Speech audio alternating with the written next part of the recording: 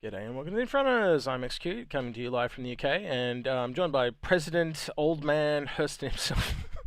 He looks like the Prime Minister. Execute. Just because I'm sitting in a palatial suite in Hurston Towers, no need to get jealous. Yes, a little bit like that. We're both Sorry still about coughing and that. That's all right. I got a mute thing on my thing. I'll have to do. I'll have to do some housekeeping. So I got to bring up Twitch in the background. So bear with me. Twitch. But how have you been, Algared? What have you been up to last week? The first week I was doing absolutely nothing but sitting in a hotel twiddling my thumbs with a TV that didn't work. In the last few days I've been to Bath. I've walked. You've had a bath. Wow, amazing. That's a pretty common occurrence for me. I have a lot of baths. Yeah. I went to the Roman baths and in the city of Bath. Right. That makes a lot more sense. Archway, and that was really good. I was there for probably 2 hours, but I could have spent all day. I could have spent hours in the place. That was really good. That was on Tuesday. On Wednesday, I was at I always get it wrong. Glastonbury Abbey, which at one time was probably the richest abbey in England, but got dissolved by Oliver Cromwell and then destroyed because Oliver Cromwell was an idiot who didn't understand nationalisation. That was all Wednesday, and then yesterday in Bath, I went to the Saxon Abbey and wandered around there and climbed up River Roof and all the rest of it, and walked on the roof. That was really good. And again, I could have stayed in Bath for a month. Probably needed after how sick we've been. So, yeah. Drool over the ancient buildings, or the 1700 buildings, and 1600 buildings, and just old stuff. So I haven't really done a lot. I've been really sick after CitizenCon, as you probably would have seen on the last stream that we did. I've basically just been recovering. It turns out I also got a blister on my foot that has turned into an ulcer because I kept walking on it during CitizenCon and the week before. So yeah, I'm going to be in a bit of healing state when I get back to Australia. So it's probably they're telling me it's going to take like close to 6 months to get rid of. So yeah, I'm not in a good way foot-wise. I've been working around in UGG boots that I brought the whole time. So I've just got like slippers on my feet the whole time, but that'll fix itself given time. Other than that, I've been just spending time looking at the PTU and the Evo build.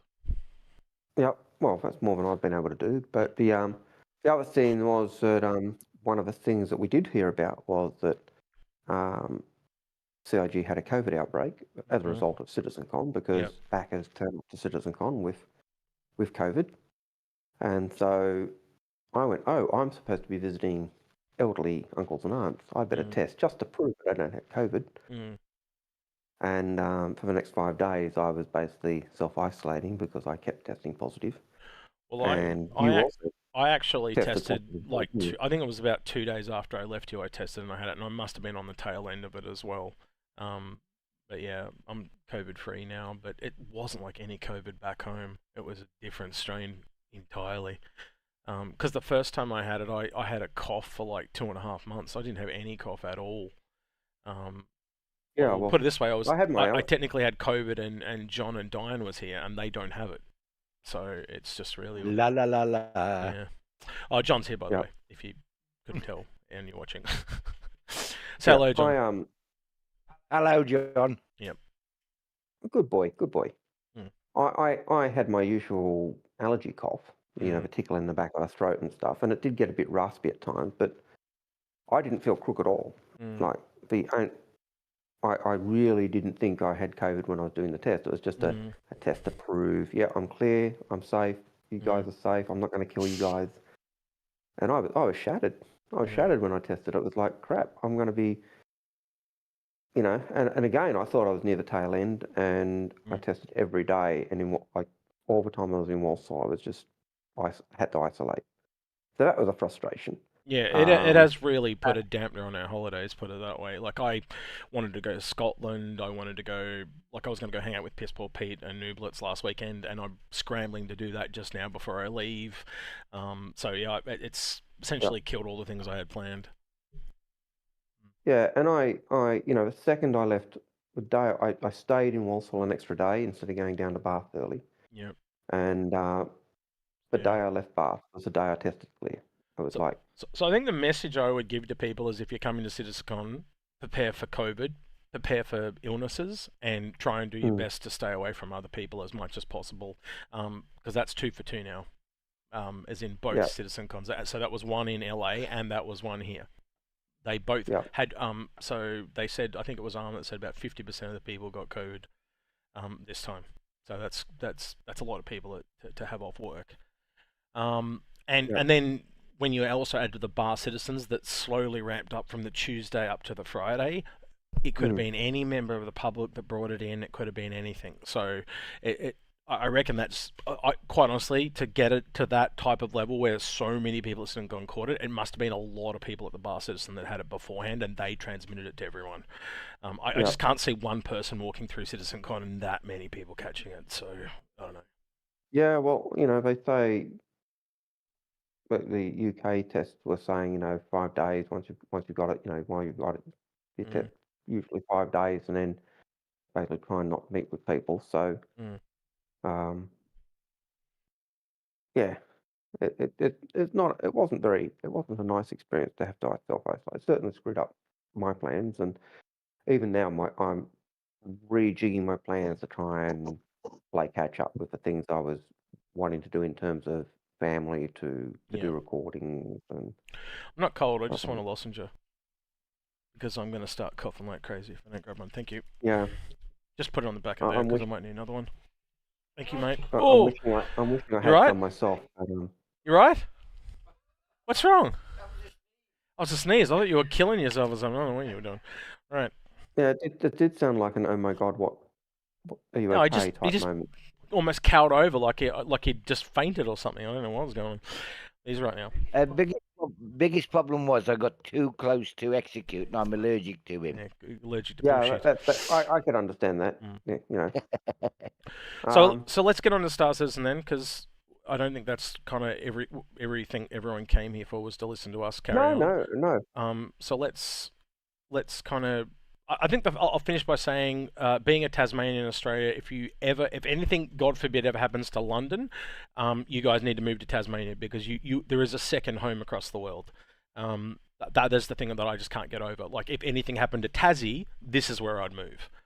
It is so similar. It's just insane, and I can't put that into words. You have to kind of see it for yourself. Well, Algared, you probably would be able to do that. If you came down and visited me, you'd be able to go, oh shit, I can see why he sees this as a lot like England. It's just less people. So what you're basically saying is, if anything happens to London and you all come to Tasmania, you're going to screw it, because you quite like the no people in Tasmania. But, well, with 500,000 people on the entire island, and if Tasmania was roughly the same size as England, there'd be I think it was about 22.5 million people would be in Tasmania. So, like, I basically cut England into thirds, and it's about the same size. Oh, there you go. So yeah, we do have a couple of questions on our bot at the moment. The first one relates to our Discord. Yep. And it's from Nova42, and they say, what do different roles on Discord mean? At the moment, they're really just different levels of people that have backed. So, different monetary amounts on Patreon, YouTube membership, Twitch subscriptions, all that type of thing. And then there's... Probably the biggest ones are like the Crucibles, who are our vetted... vetted people, moderators. Then there's like just friends of the channel that are heralds, and then there's other content creators of the 890 Jump. I think I do have like 2 default roles. One's like a citizen, and I think one I might even change. I think it's Auroras. I might flip that around and make it like citizen and civilian.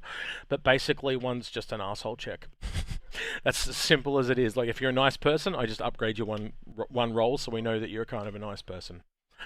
That's as simple as that. What it is. Everything else is It's just monetary. it's kind of that when people first enter, they're just auroras at the moment. Once you get known in the channel a little bit, and you're not a troublemaker. Actually, you start as a citizen, and then you can go to the arsehole checks the Aurora. Yeah. Oh, there you go. Yeah. But it's that type of thing, and then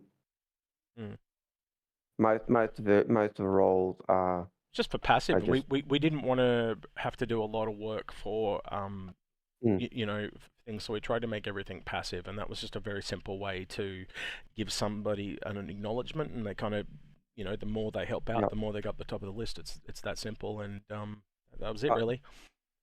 But in terms of channel admin and stuff, you've got our mods, and then you've got the crucibles, and the crucibles are those who we've vetted for anyone that helps, or anyone that helps is a square.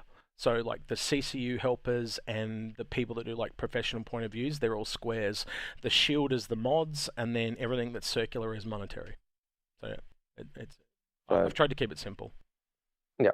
Which is probably isn't knowing me. Really... It starts out simple and then gets really complicated because I don't prepare for things of the future.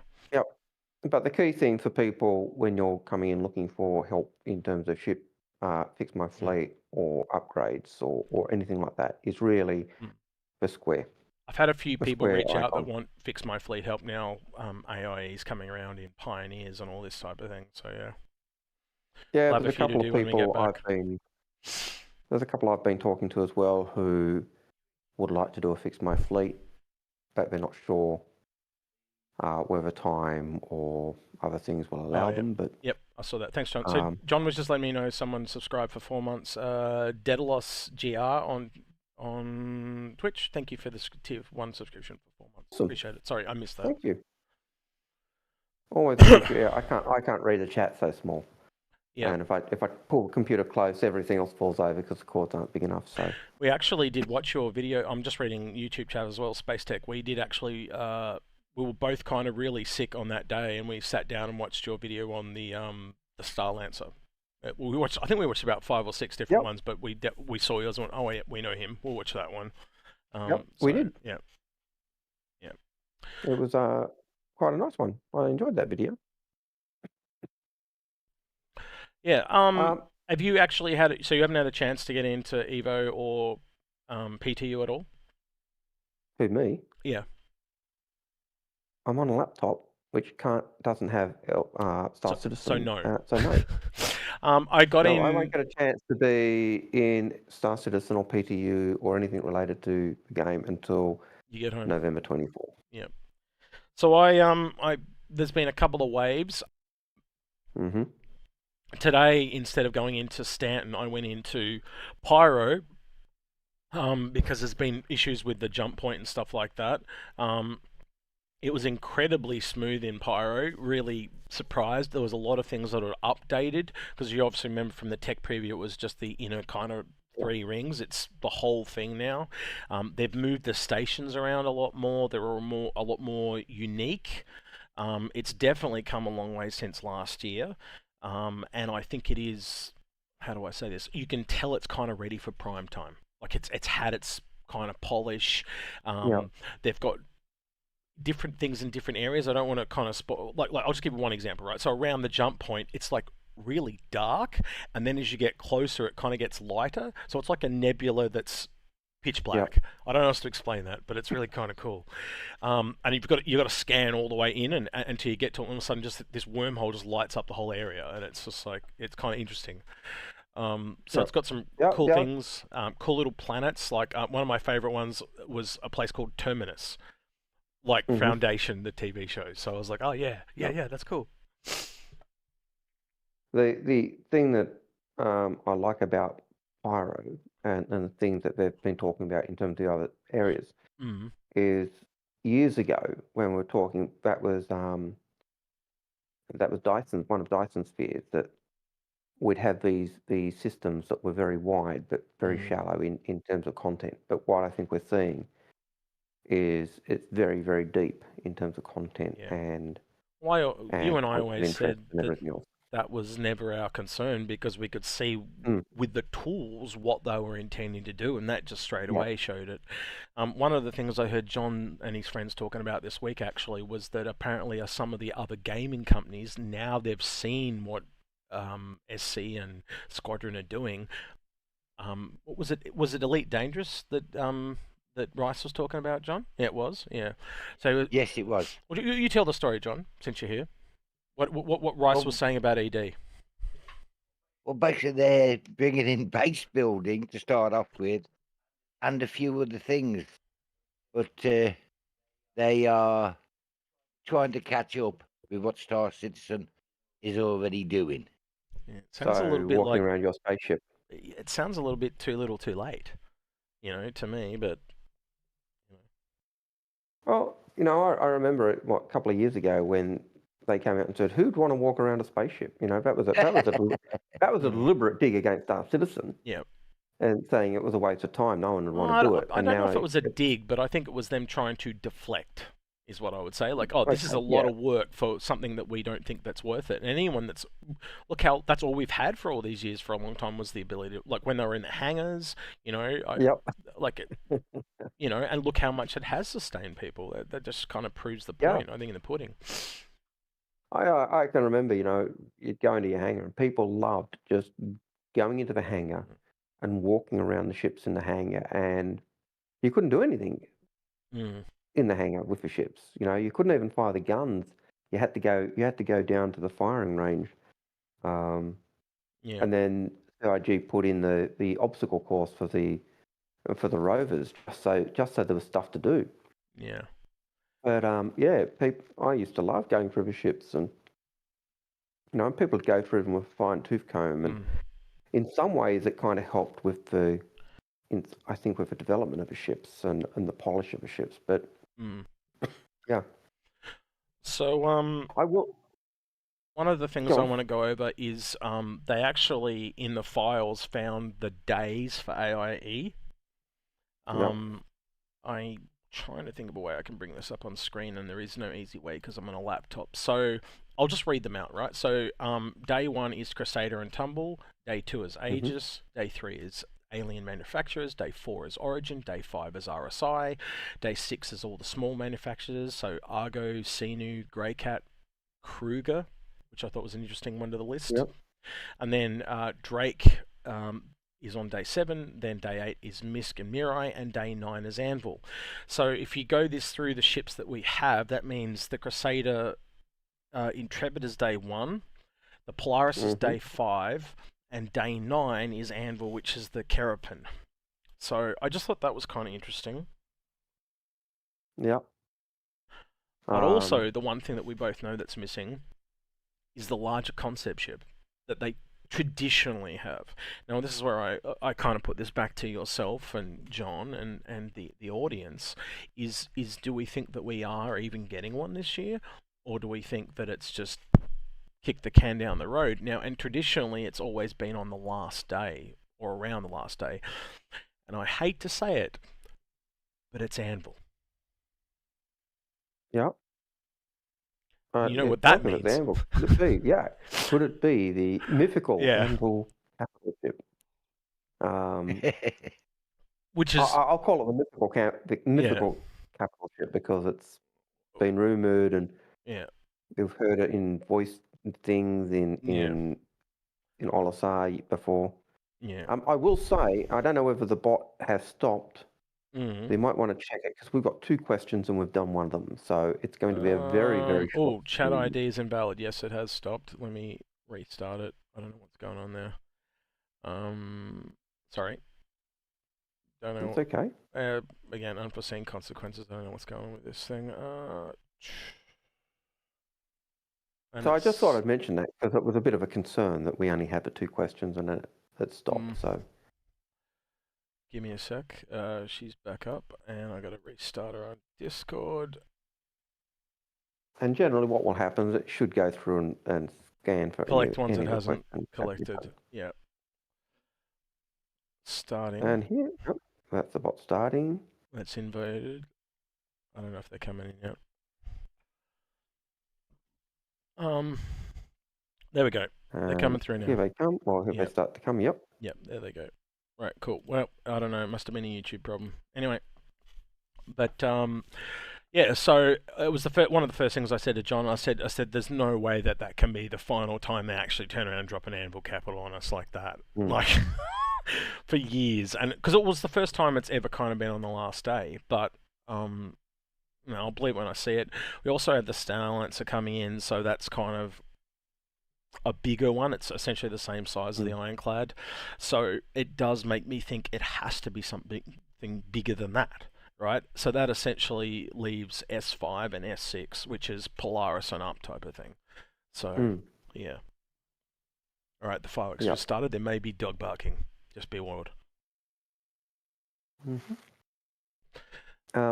We'll do another question because that'll get rid of the original last question I had. Yep. I've still only got 2 questions come through. So this was from you mean 2 more or? Yeah, 2 more. Yeah, there's only 2 more. So get your questions in, guys, if you've got them, because you guys know how this works by now. Lives or die. Oh, we can finish early. I got no problem with finishing early because it's been a week. So. Yeah. So Nova 42's question was, how do you feel about the possibility of a Starlancer Duo or a Starlancer Miss? Well, yeah, that kind of was hinted at because they kind of did say that these are the first Starlancer variants for now, and they reiterated that to us as well, didn't they, when we had that discussion? I've kind of thought about it quite a bit, is in what would I want to see, and I think that's kind of why they're leaving the door open. If they want to do more things, they can. It would be kind of nice to see a more dedicated, larger MISC Explorer, but again, you got to look at the Carrick and the Odyssey are already there. Like, how much diminishing returns do you get in that size class? Or do you go, because I'd argue that the Carrick is the long-range Explorer that would be against the DUR, so to speak. So the only thing I can think of is something more generalist.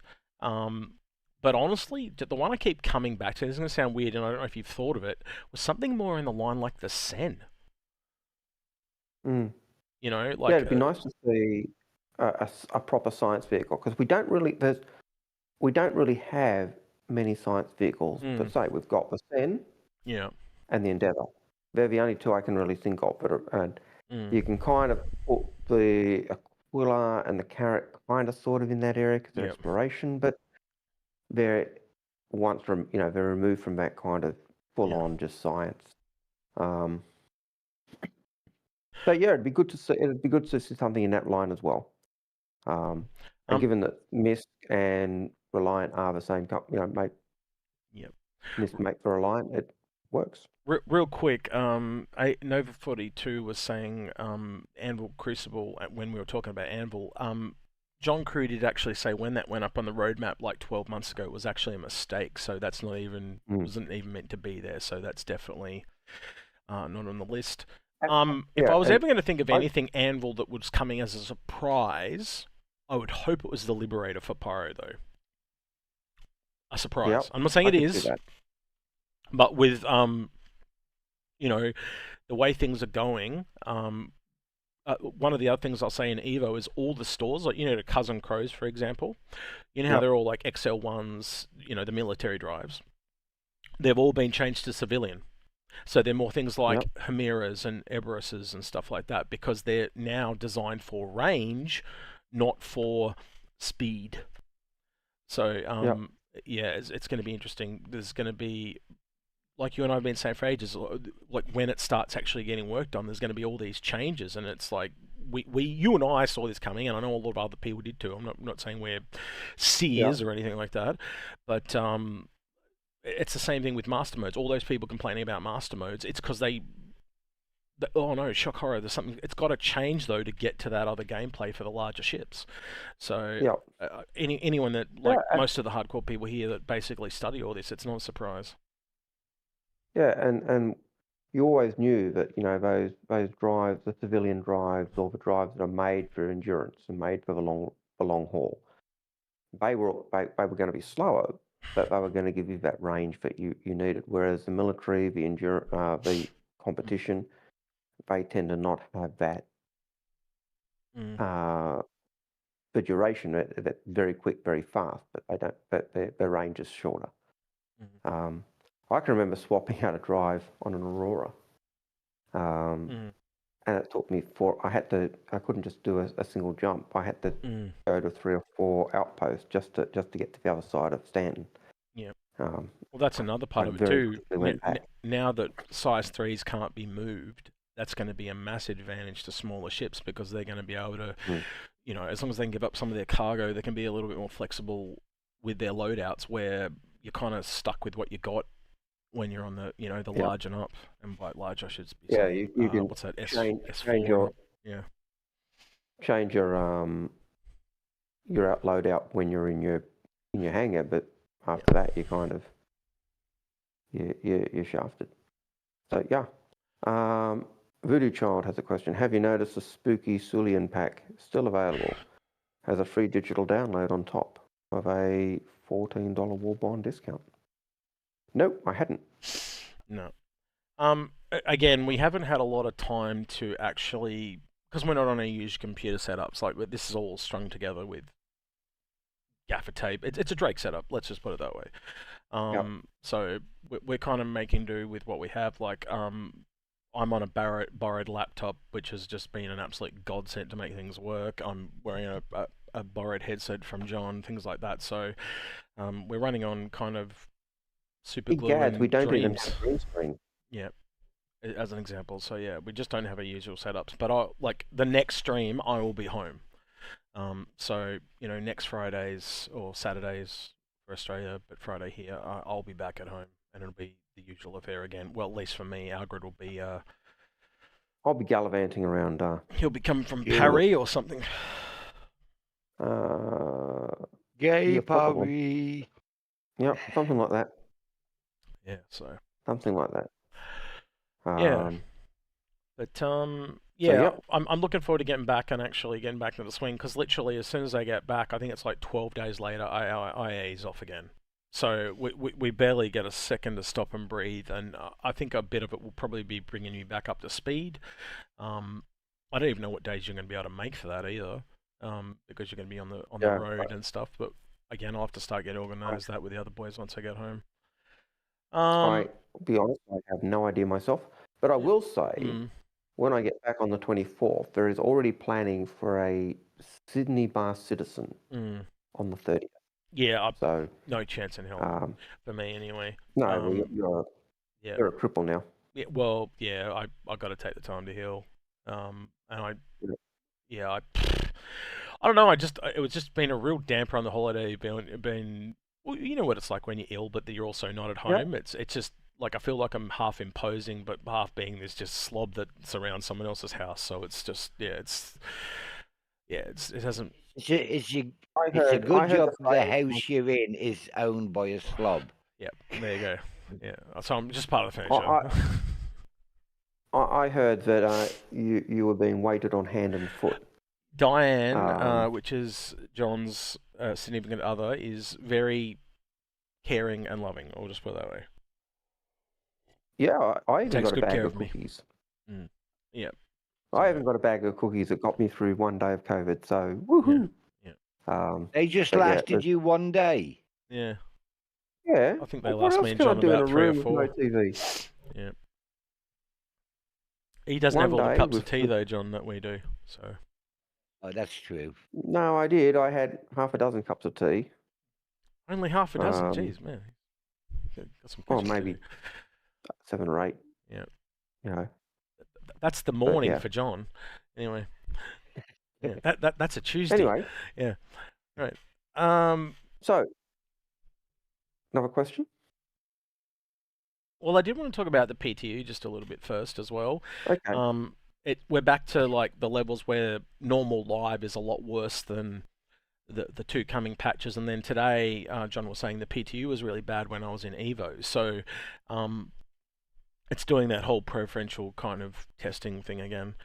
But yeah, I think if any normal or casual player starts, and you know the ones that only come around when the patches are around, they wouldn't be having the best time right now. But I'm really Yep. curious to see where it's going to go, because there's essentially two different patches at the moment. We've got, you know, the 324.3 and we've got the 4.0. They are offshoots of the same branch, but like I'm almost thinking they're planning one for AIE and then one for the end of the year. Is that the analogy there with those two? Yeah, it's kind of hard to It pick. could be a possibility. It's always hard to pick what they're doing in terms of the patches, but in terms of the casual people who usually just come for the patches, my advice for anyone who's like that is when a patch comes out, don't jump in straight away. Give it a couple of weeks. Yeah. Give it Also, a couple of weeks, let it settle down, let the bugs be worked, but pop up in the PU. And then come in, and I think the experience will be a lot smoother and a lot more enjoyable for you. Yeah, they also announced they're cutting a few things from 4.0, and people lost their minds a bit because there was some pretty big ticket items there. Like I think the biggest one was engineering, is getting chopped off. You're breaking a bit there, Beck. Okay, well, there's nothing I can really do about that. I'm not doing anything. Yeah, you went a bit rogue. I don't know what it's like for anyone else, but you did go rogue. Okay. Might be a Discord thing then. I don't know, because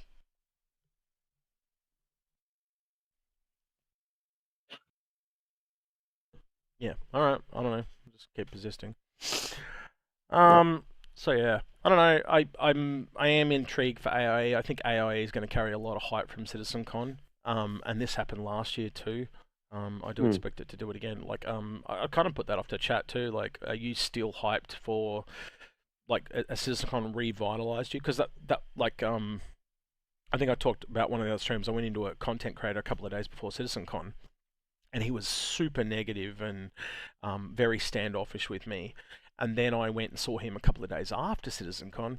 It's like someone had flipped the switch, you know, like and I just went, oh, he's just like all those other people you've seen before, where they're grumpy because it's been so quiet, and then as soon as there's news, oh, they're happy again. You know, where you and I and a lot of other people have been around the block so many times now that we just kind of used to the whole, just give it a minute and it'll come back again. Yeah, well, I tend to find, you know, you, me, Paul, Base, and a couple of others, we don't wait for CIG to bring out stuff for us to have stuff to talk about. We talk about whatever's going on.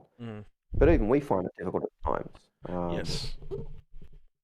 And then it's strange, because then there's times in those quiet periods we say, oh, we'll do some low hanging fruit, because for us it's like stuff that we just take for granted.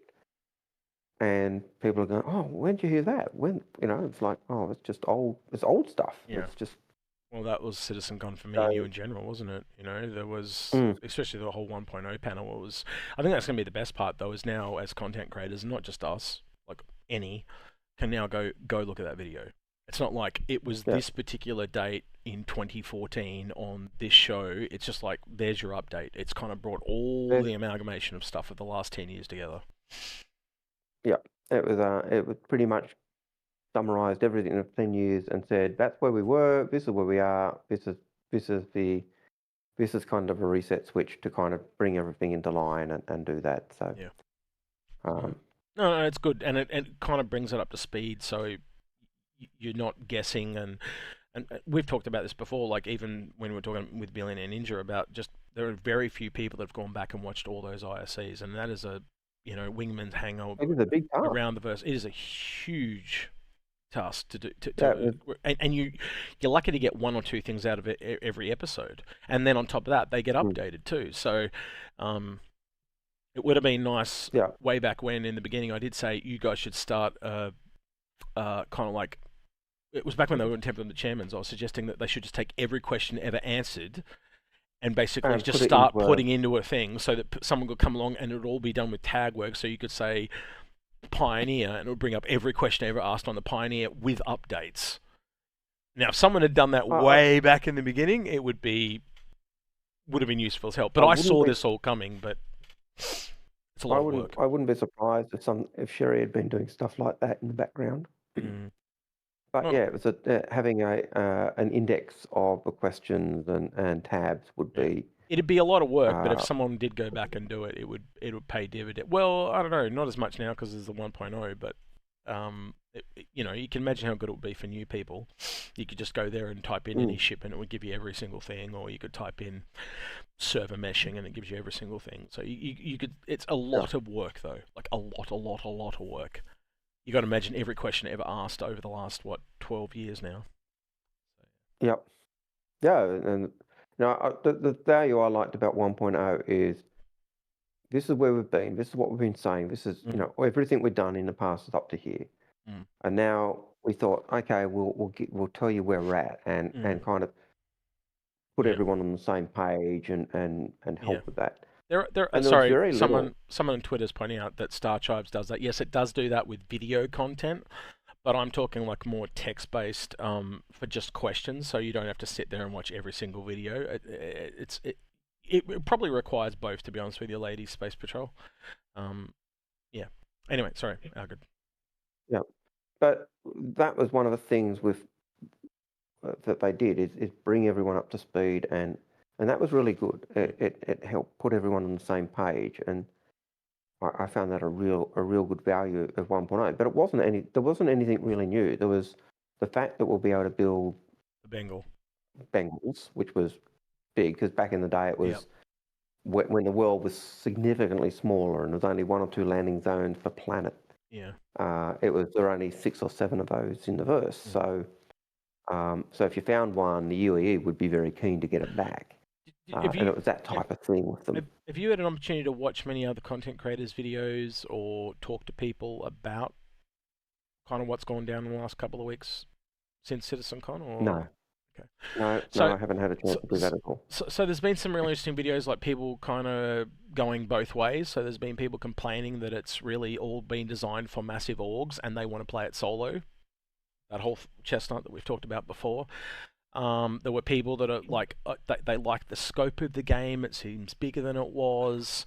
You can kind of now choose what you want to do, so you can be still solo. You know, there's people that can see it both ways, which is really what it is.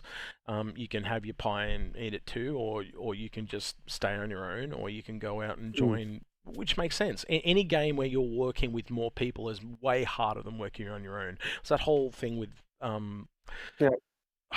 it's weird because I you know, where they're going is where I always knew they were headed. Yeah, no, it wasn't new for me and you, but I'm just saying, like, I was watching certain content creators and I'm just like, the one I was watching, I was like going, you've covered this game for 7 years and you're telling me you never went back and found out all this stuff? And so it just, again, it just shows me that a lot of people that are content creators also don't have the time to do the research. Now, you and I luckily didn't have to do that. We just learned it el natural as we went along. But it just shows that if you're coming into the game now, right, and I know I can visualize people thinking about this that we're talking to, they've obviously been in the game X amount of time and they knew someone that came in after them and they've had to play catch up. So just imagine what it's going to be like after release. Like, we're just going to have we're going to have such a leg up on everyone else. Not even mention the ships, just the knowledge base is going to be such a step in front. And that's where the story mode, like, I really like the idea of a story mode that they're bringing for the PU. Yeah. Because that acts as a conduit to draw people into the story, draw people into the lore, and teach them a little bits as they go along. And but it explains an opt-in, opt-out storyline. So, but the bonus, if you complete it, is citizenship. But it also explains, though, why we've seen a lot of content creators come and go, because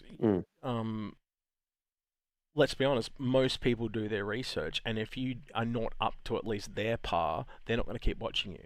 So again, if you're a new content creator, you're only going to get new people to watch you. It makes it a very difficult barrier of entry for new content creators, not just new players, is what I'm trying to say. Well, the 2 content creators that I know of who have been sponges are Billionaire Ninja and Expat. Very much so. Absolute. You know, put them like dry sponges put into a pool of water, and they've just sucked up every ounce of stuff that they can. Just going to remember you said that. And you Someone clip almost that, need to please. do He that. just called expat billionaires suck-ups. Right, cool, yep. Just a point which you just went over a little bit about single player or org player. Single players are going to be fine because they can be affiliated with the bigger orgs, and they go out mining, salvaging, or whatever they're doing. Then they can sell their stuff to the bigger orgs, and the orgs will protect them while they're flying about. Yeah, it's going to be a partnership thing too. You know, like again, we see these orgs and they're like, this org is going to be focusing on X. I don't think you're ever going to be able to live in a bubble. I just don't think it's possible. Like you would It need. was never really you could do that. Yeah, I agree with you. Yeah, go ahead. But yeah, it's one of those hard things. Like, I'm not necessarily someone who wants to hang out with a massive giant org and conquer the world, and yet that was always part and parcel of where they were heading. And if you think about it in terms of games like Eve, now I really don't want Star Citizen to be Eve 0.2, and yet the fact that they've been able to develop the game to such a degree, the fact that they've been able to get the streamable container system. You'd want to utilize the tech you've made, working. You want to utilize it as much as you can, and it opens a door. And it's going to take so all much sorts more. to pull this off. You know, from the solo guy right up to the mega huge ultra fleet. Yeah. And also, the bigger you become, the more open you are to things going wrong. You know, like you get people that'll try and infiltrate your org, stuff like that. So there is a diminishing returns to size as well. It goes both ways. It'll all kind of be balanced. Yeah, and we talked about space stations, the time it takes to get the space station up, the time it actually builds the ship. Your sound has dropped out, Algared. It's gone all weird, and I think your camera's frozen. I think your camera's dropped out because I can't see your camera anymore, and your audio's changed to some other microphone. Okay, my camera has frozen on stream. Yep. Let me see if I can fix that. You need a hammer. Yeah, I do. Yep. It's the joys of working with a. Yes, the camera has died. It's all right. Just restart it. We can still hear you. I will. So yeah, but yeah, as I said, I've had a few people reach out from Fix My Fleets with Pioneer. I think a lot of people are now slowly realizing, and I'm the same, I don't think I need a Pioneer anymore. I think, like, I you know, that whole big ship earn down economy, yes, you can build a really big base, but the biggest base is really only for the biggest org. And essentially, from everything we've seen, it's a very super niche ship. And I don't think that's ever really kind of been spelled out, but just the way Ben reacted when he told us, like, everyone in our org had one, comment that he made, and he, you know, then did the mind exploded thing. It kind of told me that I think they weren't even prepared for the number of people that brought Pioneers. So it also showed us other things, though, like the fact that the Pioneer can now extract things from the ground. So I just went straight into gas collection vehicles and stuff like that down the road. So I guess they've moved to what they call them as extractors. So they'll be extractor ships now, not what do you call it, gas collectors or whatever. So yeah. Yeah. Right, well, you're back up on camera, but I think your audio hasn't changed. Oh my god! It's so big and hideous! It just zoomed in. I saw nostril hairs. I know, it's scary. Oh yeah, it was scary. It was like cobwebs or something. Yeah, it was shocking. But yeah, as you were saying, like the thing that was really big that I think a lot of people haven't really cottoned onto is how long it's going to take even a big org to build the star base. Again, build all the parts of the star base. The only part we have to go on is the start where they showed them loading all the cargo onto the side of the thing that Pioneer built, that very start of the space station, and we had an entire hull C unloaded and multiple other ships, and it grew the smallest amount. So you've got to go, well, that's going to take like a month to build or more. And that's with constant feeding it. You need to turn your camera down just a little bit, Algared, you're a bit high. Yep, I will. The other thing that people need to remember, though, is not only that, but... Let me mute.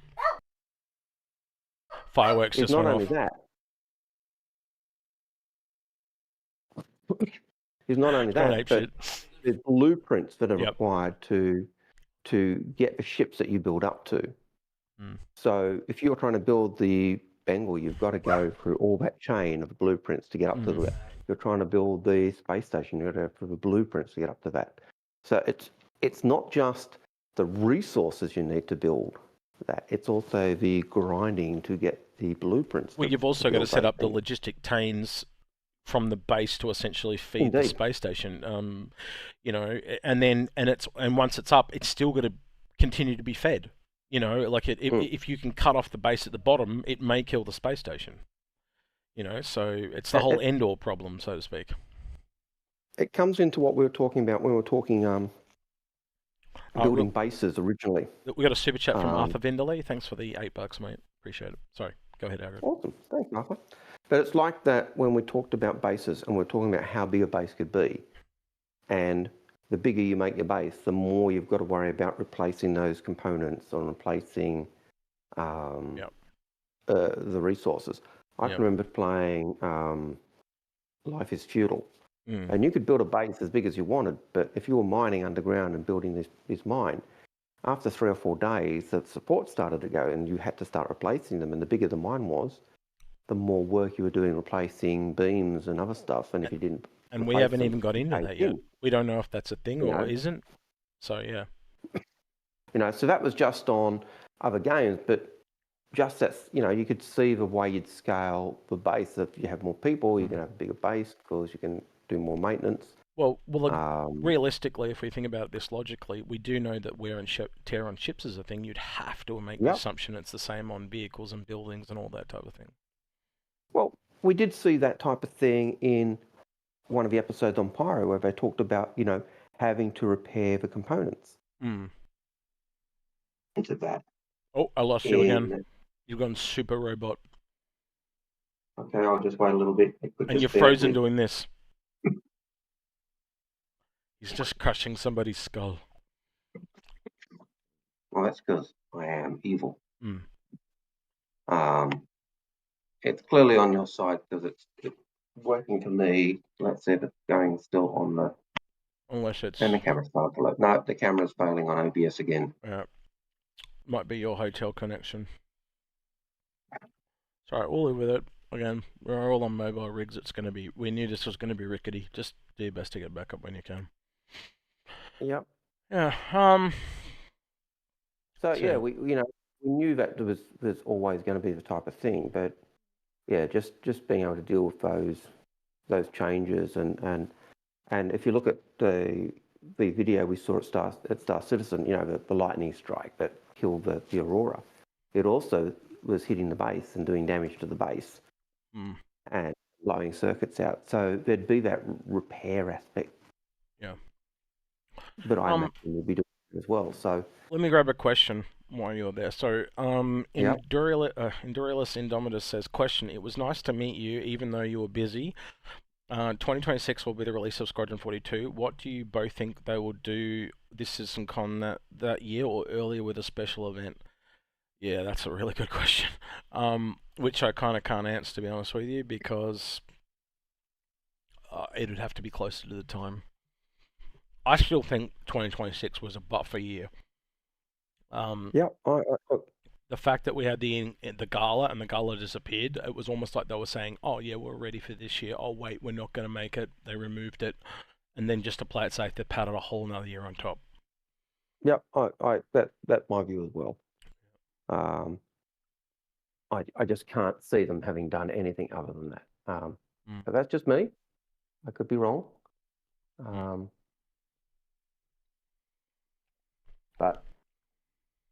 But yeah, that's my thought as well. It was the whole we think we can get it, and I just think they've just padded out to give themselves that extra time, just to make sure.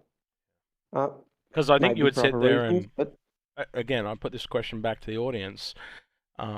You saw the gameplay trailer just like we did, and I said this last week, and I'll probably keep saying it whenever I talk about this, is it was probably one of the most polished ones I've ever seen. I've seen released games that are worse than that.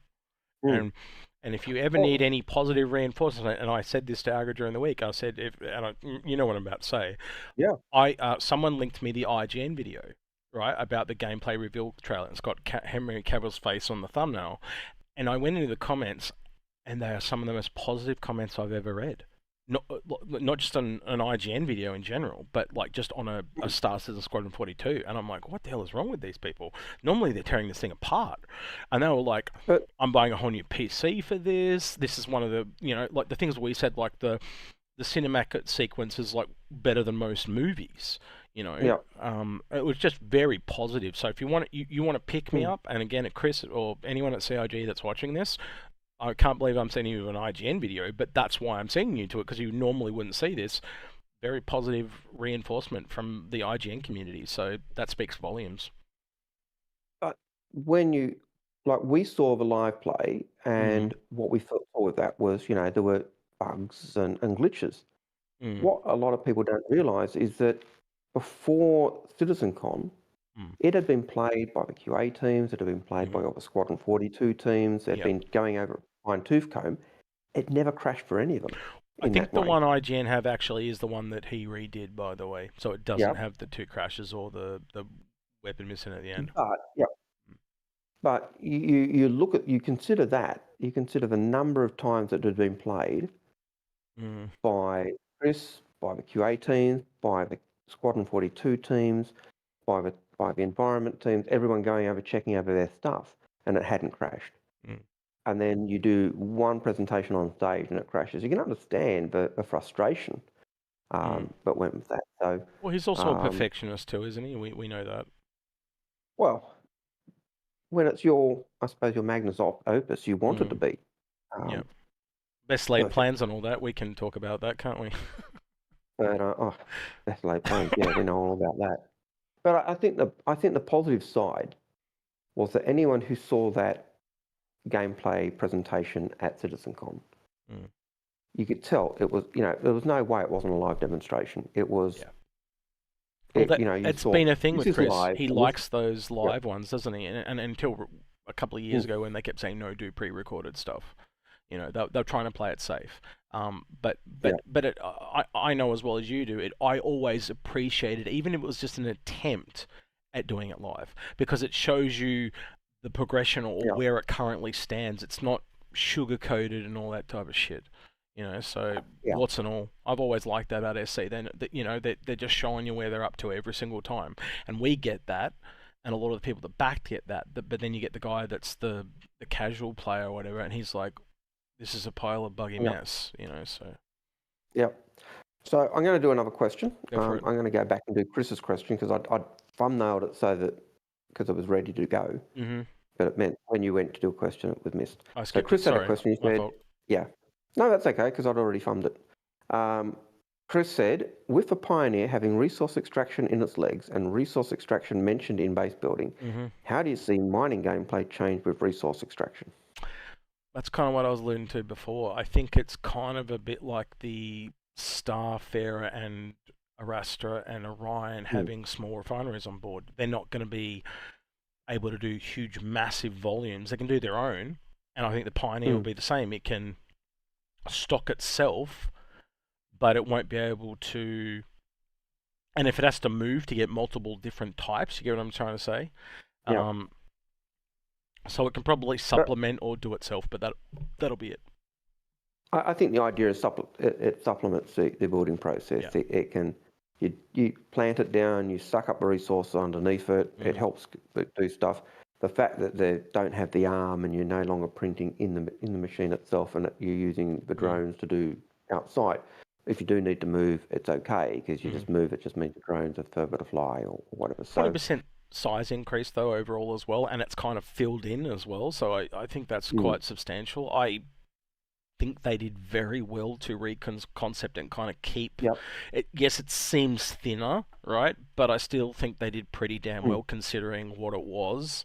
And you can kind of see a marge to the arm there down the side.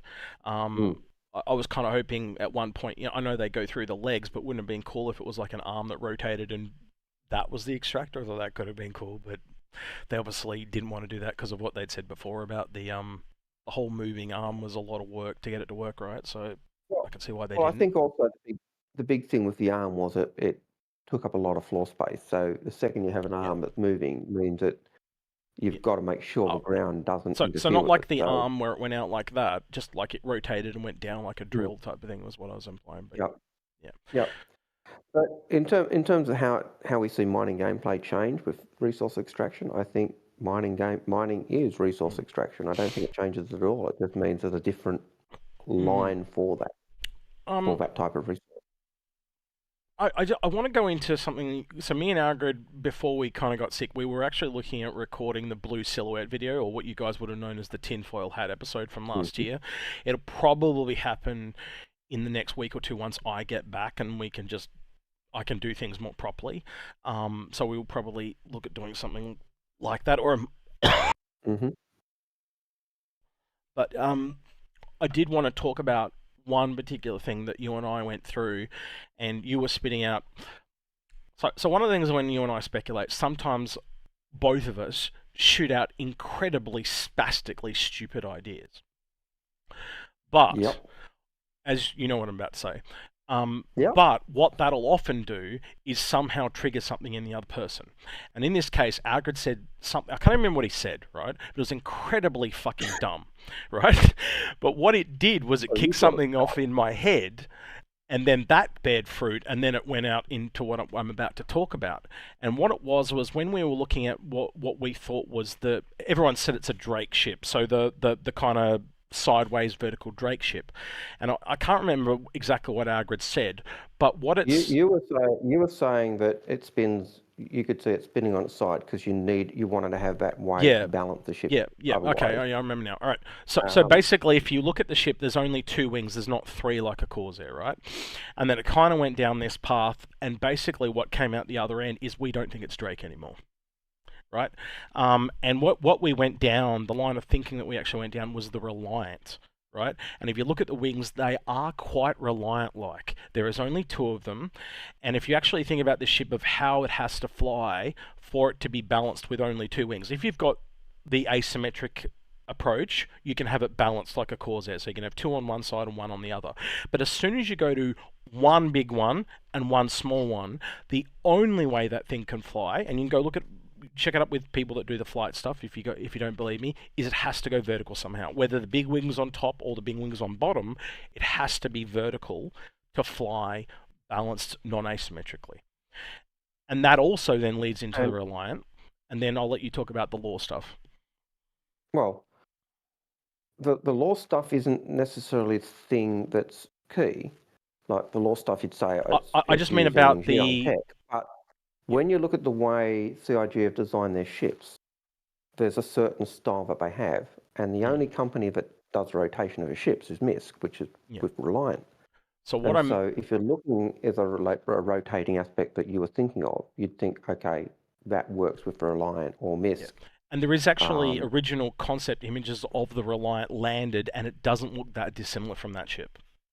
And if you kind of look at the size, at one point we were even flirting with the idea was, could this be an advanced starter rework of the Reliant? That was where our brains went at one point, because it needs to be upgraded because it doesn't have enough cargo space and stuff like that. And I went, no, they'd just make a whole new ship, right? But you run it through, and one of the things that you'll remember when they first dropped Mirai was they said, we're moving the Razors over, and we looked at the Reliance, but in the end we decided against it. Now, we've just had a ship come out in the TAC where it has Furies come out of it. So it's a MISC ship that has Mirai ships inside it. So what I think this is going to be the kind of like the bridge gap between, the Reliant stayed with MISC, and this thing is Reliant adjacent, but it's Mirai. That's I don't know, I don't want to put words in your mouth, but that's kind of about where we're at, weren't we? Yeah, certainly we're skirting that idea. But I also went back and had a look at some of the Jump Point magazines. And the Jump Point magazine that came out when when the Pyro was first released. If you look at some of the early artwork that went with that, some of the artwork for Drake does look very similar to the image in the blue screen. So there's kind of there's certainly imagery for that, but Mm. when you look at the idea of how to balance the flight pattern, if you're rotating the ship, that's kind of a high tech solution to a problem, and Drake are low tech. So ironically, I've just got an image there work, above your head, Algared, that's got the wings folding up. And I was going to release a Fix My Fleet with Billionaire Ninja, but the other one we've got there is the Reliant one. So I'm wondering if we leave the Reliant one until we do, because again, we recorded that like, what, a month ago now, so it might not age that well. But one of them was a fix for the Reliant. It was like a can we fix it for the Reliant, or a ship scrutiny for the Reliant. And I just think that is going to bear a lot of fruit after the, because I don't think this is a Drake ship anymore. I am really convinced it was almost like a red herring. They knew people would think it would be a Corsair, but it's not. Yeah, and that, I got to admit, when I first saw it, I was like everyone else, Drake, and everyone went Drake. Yeah. But when we started looking at, when you started saying, oh, it's rotating, I was like, nah, it's not Drake. Drake don't rotate shit. That's too technical. Yeah. The only company that rotates is MISC. Yeah. And we know CIG like their design language to stay consistent. And so if it is a ship that rotates to balance, then it can't be Drake. So let us know in chat. Now you kind of see this older concept, and there are other ones out there as well. If you go look for them, that probably look even more like it. Can you start to see where Algared and I are going with this? Can you start to see our thought process that this may not be Drake at the end of the day? This may in fact be a bigger version of the Reliant. Is what we're kind of trying to sell you on. And I think it makes a lot more sense because again, as a combat vehicle. Think about all the problems the Tanner's had, as an example. It doesn't work so well as a combat vehicle, but all of a sudden, if you realize it's from Mirai and it also have a racing variant, you start to... It makes a lot more sense. Or at least to me, anyway. So, yeah. Well, if it's a Mirai ship, like people were saying, oh, it's a heavy fighter. And we know that Mirai do the high-performance combat stuff. That seems to be the only two things they've got. Yep. Well, so again, that would fit in with that. Well, again, using that, Algared, you'd assume that the Guardian's like a light fighter. This would be like a medium, the new one, that is. Yeah. Yeah, I'll see if I can see that. I'll see if I can find an image of it while we're talking. It will kind of interrupt what I'm doing in the background, but I'll see if I can find it. What did they call it on Reddit? Don't know. I bet you it's not called Blue Silhouette. No, it's probably not. Probably the Blue Curtain. Oh, blue the Blue Curtain. Blue the Blue Curtain. I'll have to go back through my chats. But while you're doing that, I'll take a question from Lum Smith, who says, question, have they ever worked on existing concept ship without putting it clearly on the work tracker?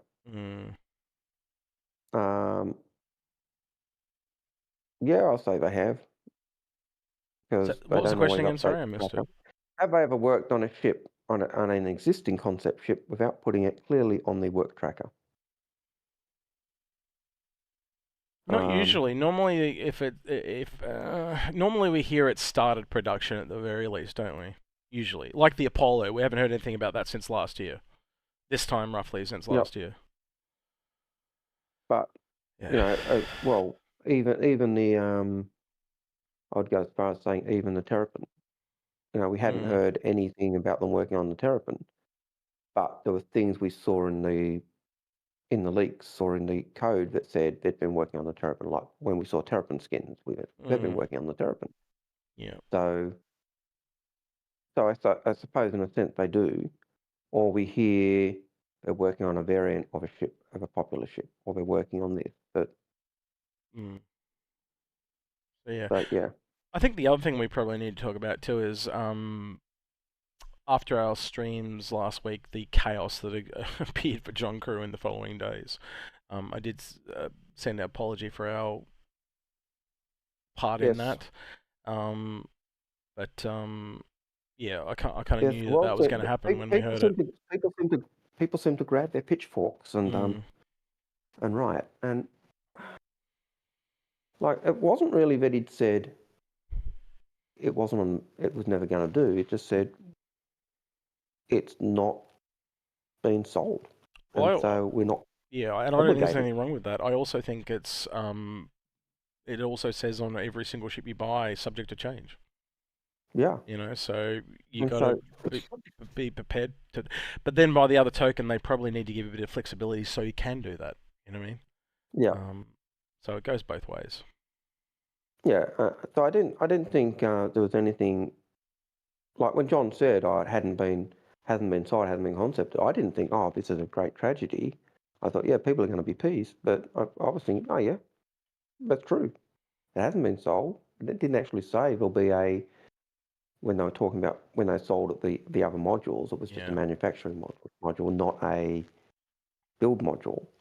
But it was when you went back to look at the CitizenCon where they talked about,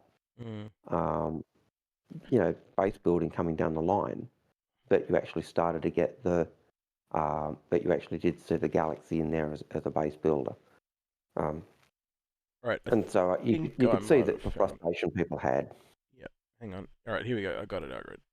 Sweet. Yep. Because there is a couple other things I want to point out on this one, so I think it's worth us going over it.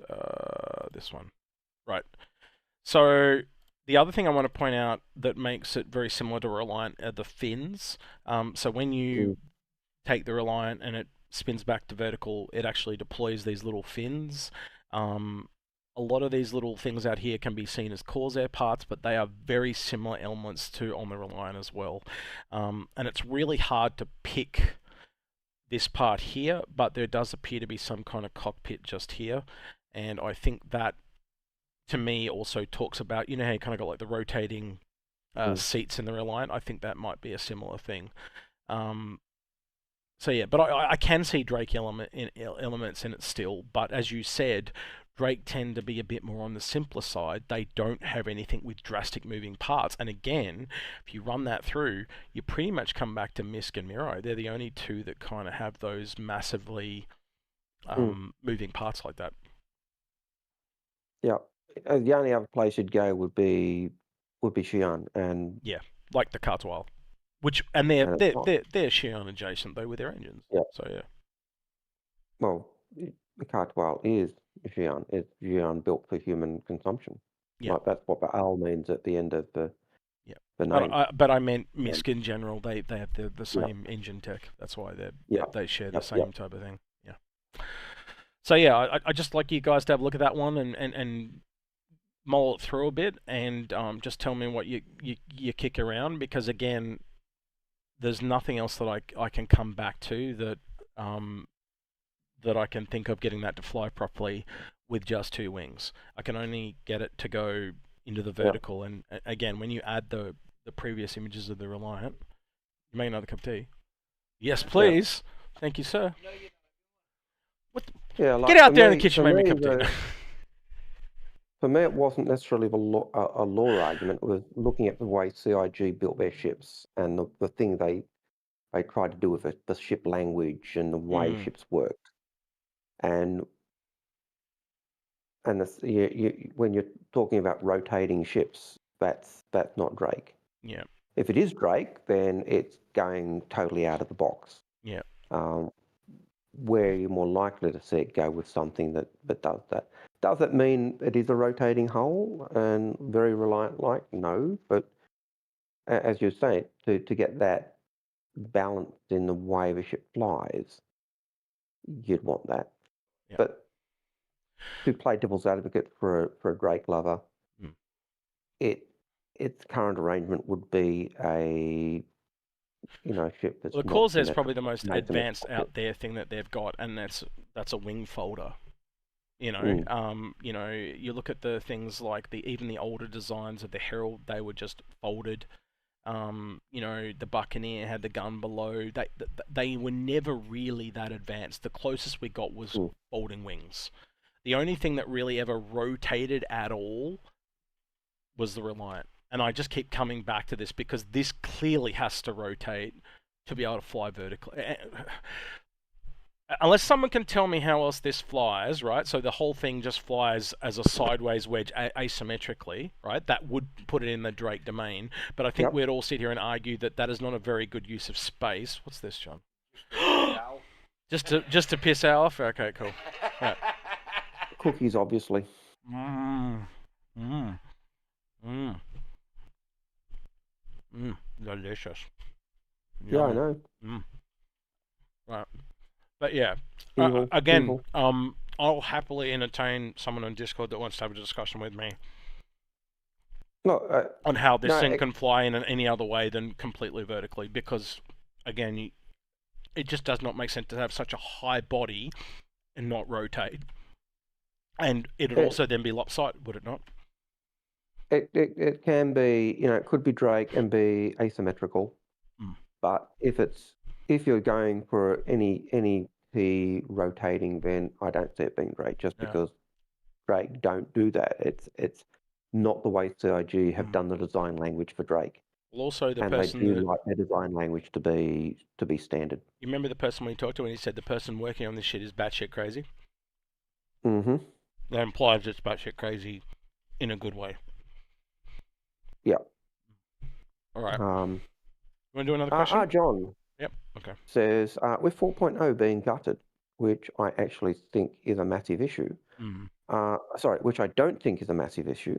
What is your thought on the scope of transit and elevator refactor? How could they fix this? Elevators work pretty well in Evo at the moment.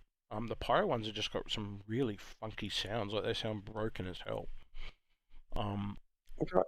I wouldn't say elevators are something I've even thought of in Evo. No. Most of mine have been really weird things. Like I was saying to John today, like I know it's meant to be a broken place, right? But when you're dealing with aircrafts and visuals and stuff like that, they would have a lot of lighting in those hangars. The fact that the hangars are all really dark doesn't make sense to me. They might have dimmer lighting, but they'd still try and have as many lights as possible. Like, it's a safety issue. Like, you can't even land properly because you can't see where you're landing and stuff like that. So I just find that there's little things like that that I think are more concerning, and they're things that can all be fixed, obviously. I don't know, but I don't know. My issues were different, and it all ran really, really well. Like it run better than the tech preview last year. It was running as good as a lot of the other PTU and live builds do, and I was in a completely different system. That's what I meant when I think I can start to see that it's ready for prime time. Yeah, I'm not sure what the scope of transit and elevator refactor, are they the two different ideas or is it the same thing? The elevators, I think they always, while they wanted to have elevators that work properly, it just didn't work. It was just too, it just couldn't do it. And so having kind of wonka elevators was really the only way to really, you had to do it for gameplay rather than realism. And it was one of those areas where gameplay had to, or where realism had to take a back seat to gameplay. Do you wish with the player space stations they'd kind of left them a little bit more like the ones that the NPCs are going to use, and they just had some empty space in them? Because then we could have done our own shops and stuff like that and had a bit more space to play with? Or do you like the fact that it's a tighter, more bespoke, every space station's kind of exactly the same type of thing? Because I think it would have been cool to have them all look a little bit different, I got the impression that there's that area where, like, I see that the pattern is standard. Yeah.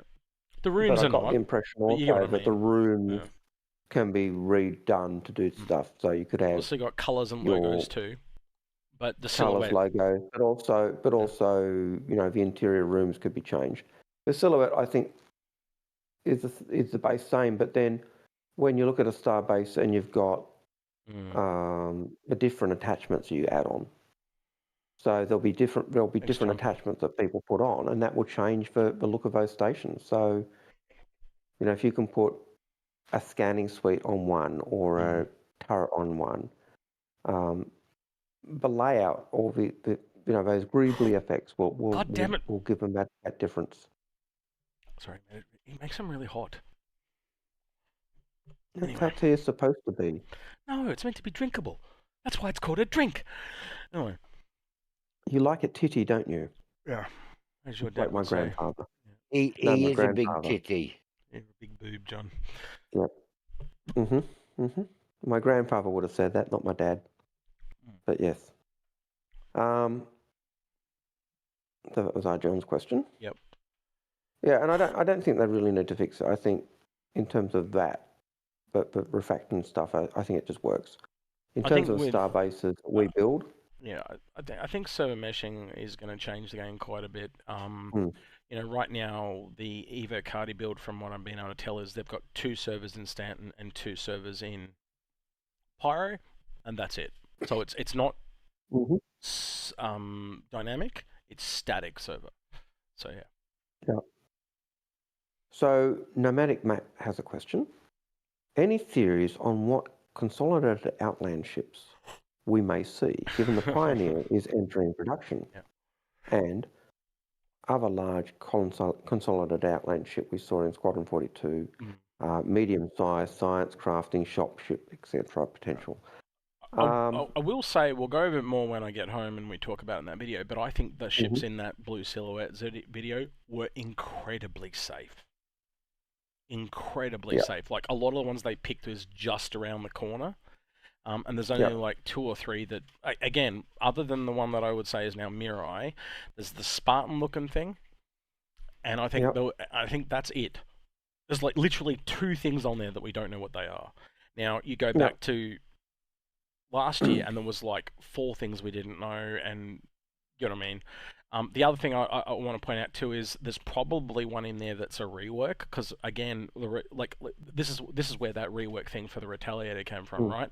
They had the Retaliator on there last year. What if this is in fact a rework for the Reliant? Now, I'm saying that it is, but I'm just saying be aware that they did have ships on there last year that were reworkable. So And the other thing to remember is the one thing that John Cruise said when we were talking to him, you know, when they put their ships up, or you know, they're 18 months in advance. So when people had asked about the Drake Corvette last year, the reason he gave a smirk is they were already working on the Ironclad. And that was probably a really nice bit of info. And then tied to that was, you know, we talked about the way the departments, we heard the departments don't talk to each other, and we're hearing it all the time. And both he and Ben, the heads talk to each other. That's and that was something he and Ben both kind of commented on, was it? They said, you know, we talk to each other all the time. It changed quite a bit about what we'd previously heard. I think that was the best thing about CitizenCon as a whole, just having updates to all these things that all these weird questions we had, and we'd never just been able to sit down and ask the right person, and getting a lot of answers, all these theories and speculation we had, and we even had people say to us literally words of the fact, you guys speculate better than anyone else. Like, we hold that multiple times from developers. It was just vindication, I think, is the word you like to use, so I'll use the same one. It was very vindicating to know that we've kind of been doing the right thing, and we'll just keep doing what we're doing. And I had a very positive trip, minus the whole sickness thing. I've really enjoyed my time here, and it's been very enlightening. And I mean I can't remember who said it, but it was the comment we'd asked, what, you know, is there anything we can do better? Oh, that was Ben and John, and they said, well, you know, your ship speculation is, you know, the way you look at the way ships are and the way they work, and the possibilities is really good. But yeah, it was. But if we heard that once, we heard it probably 2 or 3 times from different people. So that was, as you said, it was kind of like, oh, you know, it's nice to know we're doing something right. It was very humbling. The whole trip has been extremely humbling. What, John? What are you laughing about? You shoving cookies in your mouth in front of. Someone brought them to me and shoved them in front of my face. Of course I need them. And then he laughs at me for it. Well, you see, the beauty is, because I'm on the laptop and, you know, the screen's so little, I can't really see him doing it. We just do this for John. How about this? Yeah, now I can see you doing that. That's just evil. Monster Avery, I'll leave that, and I'll just go to another question. Monster Avery has a question somewhat parallel to the Pioneer gathering resources. What do you think of the odds that we'll get a mining collecting ship that works similarly to gathering underground materials? Sorry, Al. I think that's the. I think you just saw me chewing biscuits. Yep. I think that's just essentially what we're talking about for the extractor. It's kind of like there'll Yep. eventually be a full-on extractor ship. And Yeah. if there's not a full-on extractor ship, Mm. it'll be a outpost that does a full-on extraction Yeah, type exactly. stuff. So I but honestly I can't remember we see, used to think, like you and I've said across the board, I can't see everything doing that. I mean, why can't you have a vehicle do it? Why can't you have a building yep, do it? Why can't you have a ship do it? And again, you and I talked about, like, it might be your favorite ship right now and it's out on its own and it looks really strong, and then you see something else come along. Well, again, let's take the Banner Merchantman and the Privateer. Now we've got space stations to contend with. You know what I mean? So yep. it might not be a ship Oh, that stands on what you love. It may, when I say stand, I kind of mean comes up against. yep. It may be a building, as Algared kind of alluded to. It's a classic. Like people often look at not the Pioneer, the Odyssey and the Carrick. Which Yeah. one is better? Now we've always maintained from day one that their roles are different. Yeah. And I think you've got to look at them that way. And when you start looking at the ships and looking at the things that are with the ships, you can even see they're different. Well, let's give you another example. Like I said, the Privateer and the Banner Merchantman versus a space station. Now, a space station can't move. Both of those can. So even Yep. how much sooner you can have the Banner Merchantman and a Kraken Privateer before you have a space station. So there's Yep. even though they tread on each other, they are leagues apart from each other Well, in time frame and size and all that type of thing. you'll remember the very first thing we talked about the use of a Pioneer. If you've got a base down on the planet and there's no space station, Yeah. what do? You've got your Pioneer up there acting as a conduit, acting as the mobile space station. If I've got a massive base down the planet and we're planning to build our space station, I'm going to be using a Pioneer or possibly two to be my makeshift, my Earthsat space station until we get our the space station operating. So it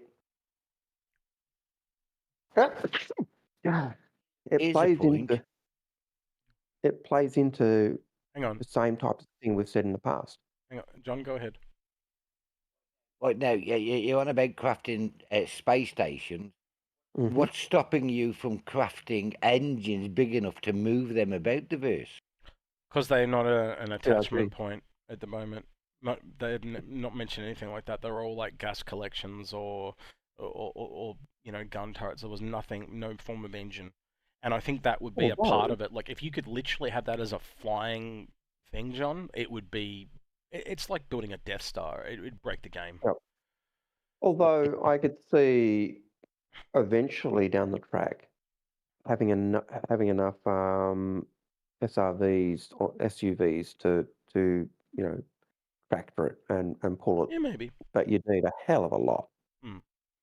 Again, they will balance it to what game players are required. I have no point and no doubt of that. They will know what they're doing. I have no doubt that there'll be different space stations in the track. Yeah, for fuck's sake. Well, yeah, down the track. I think the evidence of that is in answer to the question you asked John about other size 6 ships that you can build, and he said, yeah, eventually there'll be a Bengal 2 or whatever. Eventually, people are hoping for the Pegasus. Oh, I was thinking bigger than that. Oh, okay. Retribution. Well, yeah. Again, you could have a special. What's to stop them from having a special space dock that connects either side from 2 space stations or something like that? Yeah, absolutely. Yep. Again, they can do what they want to do. It's just is the resources of time worth the effort? Yep, and I think as the game grows and ages, that'll be the type of stuff we get. It's MMOs the world over have done that type of thing, so I can't see CIG doing anything different. I can remember Chris talking about looking at MMOs and looking at the different games and the way they were doing their microtransactions or the way they were doing their quests and the way they were doing it. Some of the ways they're doing quests at the moment and the events is straight out. It's almost a page straight out of Guild Wars 2. You get a lot of and the way they were doing their quests. interaction with each other for those base buildings. You kind of get a lot of free Mm. emergent gameplay. I think that's one of the reasons, besides the actual foundation of the actual game, I think they get a lot of that for free. You know what I mean? So Yep. we get more free things to do. And also, obviously, as I said, much like vehicles, ships, and now Titan suits are a separate category, and buildings are a separate category, space stations may be another as well. You're eventually going to have all these different things that are going to cross-pollinate with different things. So again, you need the buildings before you can have a farm building or a building or, you know, and a building is essentially building ships or building vehicles, which they've also mentioned. But you get what I'm saying, right? You need to have that foundational thing that you can build gameplay off. And now that they've got all these different categories, you know, when they bring out like a repair ship, as an example, you're probably going to quickly see a repair vehicle, a repair Titan suit, a repair base building. You get where I'm going with this, right? The cross-pollination of gameplay is going to be quite large. Now, there's a question from Graven which kind of picks into what we're talking about, certainly in terms of the Carrick and other ships. And it ties in also with what we talked about with John in terms of modules and stuff. And it says, any thoughts on when the Carrick will get its cargo modules, drones, or modular gameplay? Seems like it's really been neglected. And for me, it kind of picks up that idea of modular ships will not be as good as the specialist ships, which ties in with that whole argument of the galaxy over the build. I think a lot of it's just as ships come back around, they'll get worked on again. You know, but you know, like, and do you? I don't know. You tell me this, Algared. Do you think it's better, more beneficial to sit down and bring an entire ship up to gold standard, or, for example, let's look at drones. They put in drones. How many ships they just get that drone part working on? Reclaimer, you know, Carrick, Vulcan, Apollo. Like, there's so many ships that will just get a little slice of that. So every time you bring in a slice of gameplay, isn't that somehow upgrading your ship ever so slightly, or do you want them to go around and do one by one? So can't so in terms of things like the drones, I think that's just something that'll come with everything. But when you look at the cargo modules and the modularity they talked about as possibilities for the Carrick, the question I have then is, is the Carrick the perfect explorer, or do the drones make it less of something else? Because we know that the variance of a ship that's just a straight variant, is better than a ship that's modular. Yep. And so, if a Carrick is modular, where does it lose against the ship that's a variant or a dedicated ship? Does that make the Odyssey slightly better in that sense? And it is a tough question. It is a tough question, but I always just come back to needs for the game, right? Yep. And we all want our ship to be awesome all the time, but that's just, let's be honest, like, if you step back and look at the whole thing, that's, you know, we're all adults here. That's a bit unrealistic to think that, you know, oh, my ship hasn't been worked on in 10 years, it needs an update. It's really going to be the needs of the game and the gameplay, and, you know, they're having to make those tough decisions themselves, and the only one you've got to look at is the Legionnaire. You know, totally chopped off the whole thing. I tend to, I've got to admit, I tend to think that the Carrick doesn't really need the cargo modules to be modular. Well, let me add this into the mix then, Algared. Scanning's coming. We know that. It's going to get a massive buff there. You know, so you're going to getting a little bit of an upgrade. So this is kind of what I'm hinting at. Like, as the actual gameplay starts to roll in, now they're actually working on the game, you are going to get little updates. And that's what I'm trying to say. Instead of, you know, crossing your fingers and tapping your heels 3 times and hoping for this big update, I think you need to prepare yourselves, and I'm talking about everyone here, for these small little updates across the board.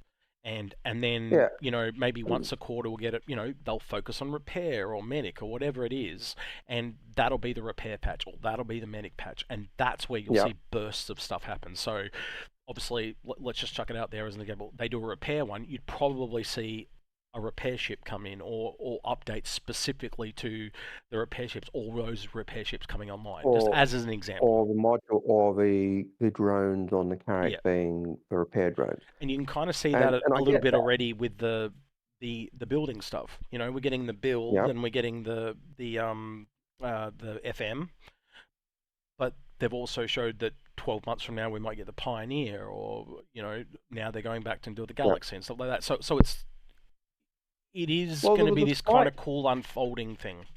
There was a slight difference in the way they talked about the blue silhouettes versus the yellow Yeah. curtain. Mm. The yellow curtain was these ships will be coming in the next year. Yes. The silhouette was Starting these ships are production. entering production in the next year. Mm. That's a totally different It way is. of saying it. That's not It's a saying lot- they're as I coming. said, that, it was a lot safer. It was a lot safer so video. it's certainly a lot safer. But certainly with that Carrick question that Graven asked, Yep. when you think specifically of the cargo modules and the modularity for them, that's different from saying upgrades. That's talking about I kind of put it on modules. a priority level, and and- it's just not a priority compared to other things that ship needs. And I don't think that really needs modules per se. And I think he's if I just go talking a back bit and about think the ability to. modules I talked about. He's talking about the ability to put cargo off and on it, because at the moment you can't do anything with it, right? That's what he's talking about. And I think that my kind of stance on that is it's got nothing to really do with the cargo. It's the fact that it really is an explorer and a scanning ship. Once the scanning comes in, it'll probably one of be the best scanners in the game because of its distance. When I think of the modules I talked about, they were modules that enhanced or doubled up things that it already had. So extra cabin space. So you could have your EXO have a cabin, extra scanning suites, extra, so it was just enhancing the abilities it already had. Just read what you put in chat, John, you rude son of a bitch. But yeah, so, but I kind of wonder whether the Carrick actually needs its modules anymore. It'll get it eventually. Like, how many other ships are out there? Like, you got the Galaxy, the Javelin, the Redeemer, the Caterpillar. It goes on and on and on. It's just a cart before the hot problem, and modules are just a lot more difficult than a variant or a whole line of ships being on it. Again, think about diminishing returns. If you can do scanning and it works on 10 ships, or you can work just on one ship, very quickly becomes evident the modular ships kind of really drop back to the back of the queue. They really, really do. Indeed. Yeah. I think your camera's just dropped out again. I know. That's what I'm just fixing. No problem. Is it overheating, or what is it? Or the laptop, or? It's probably the laptop, and it's just not liking the. Oh. All right, I'll do another question while you get that fixed, mate. Okay, so where are we up to? It does look like I was asleep there. Yeah. Well, he's not Diane. Pilgrim70 says, question, what is your take on CIG releasing new ship series like the Hornet Mark II and the Stylancer rather than re-wrecking older ships? They were Squadron 42 adjacent, would be my first thing. The Stylancer clearly was targeted at the build. Reworking some older ships, it's a gameplay thing as well. Like, for example, the Anvil Crucible would be great to work on, as would the Banner Merchantman, as would the Endeavour, but they have so much gameplay associated with them, they're not realistic to bring in the game at the moment. But when you bring out a new ship like the build and it's going to have base building, that makes a lot more sense. And then there are other ships like that were talked about, like the Perseus and the what was the other ship? Galaxy? Perseus and the Galaxy. And and we asked about that. What was the value of titanium? And Ben just said the Perseus is a combat ship. Yep.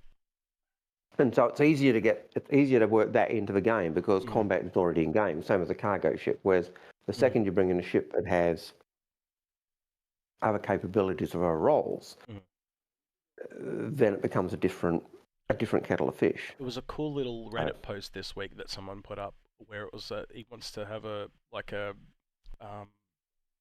poll or a call for it to be. So he wanted to call the Perseus turrets Medusa turrets. I think that was kind of cool. And I hope someone from CIG sees that, because I don't know, they can call them what they want, but I just thought it was cool. tip of the hat. So Yep. Yep. Okay. So John has a question. He says, they always said they only do one capital ship at a time. Would you expect dev time to go up, or the pipeline to be that much faster with now that the Pioneer, the Drake Corvette, Perseus are in active production? I think the other thing we learned too is just how big the ship teams got. We recently brought shirts for them, for example. Now last year they were at 28. We just brought 52 shirts. Because there's 52 members on that team. Yeah, so what I'm trying to get at here is we have proof that the team is now bigger, right? But the point I'm trying to get at is we always knew they were going to ramp up the ship team as they ramped up the production of the ships. So we're getting the Polaris this year. Would I expect maybe 2 next year? Like, I don't know, maybe the Ironclad and the Pioneer or the Perseus that's on there. You get where I'm going, right? Yep. It's clearly they're building up this ship team and making it bigger.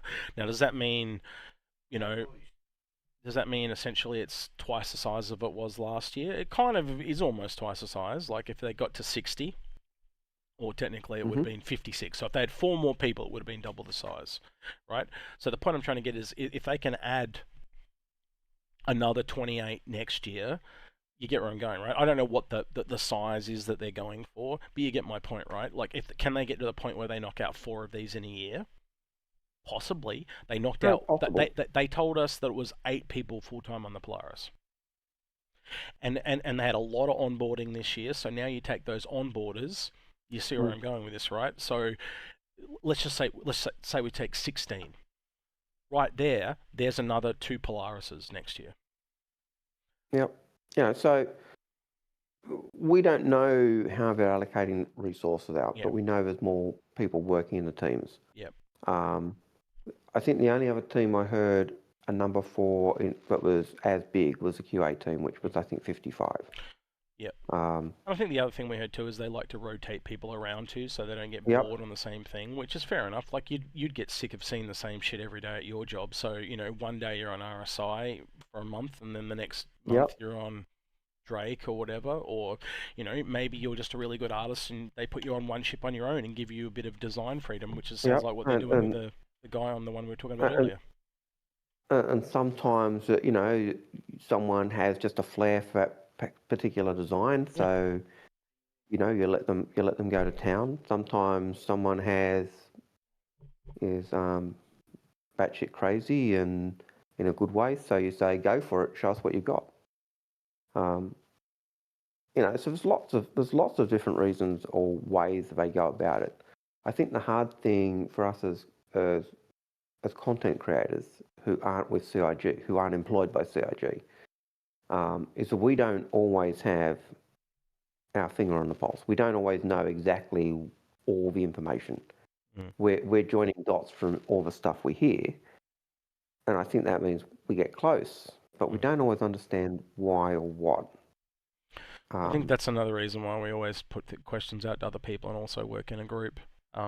More brains, the more accurate you're going to be. So, if again, we don't challenge things anymore. When someone comes at us, we just go, let's go find the truth. And I think that's the best way to be. Because the one thing I've learned, I think in the last 2 years or more, you and I have changed our stance on, there's no point trying to be perfect all the time. The game's too bloody big. Just try and get to the truth every single time. And I think that's the best way to be, personally. Yeah.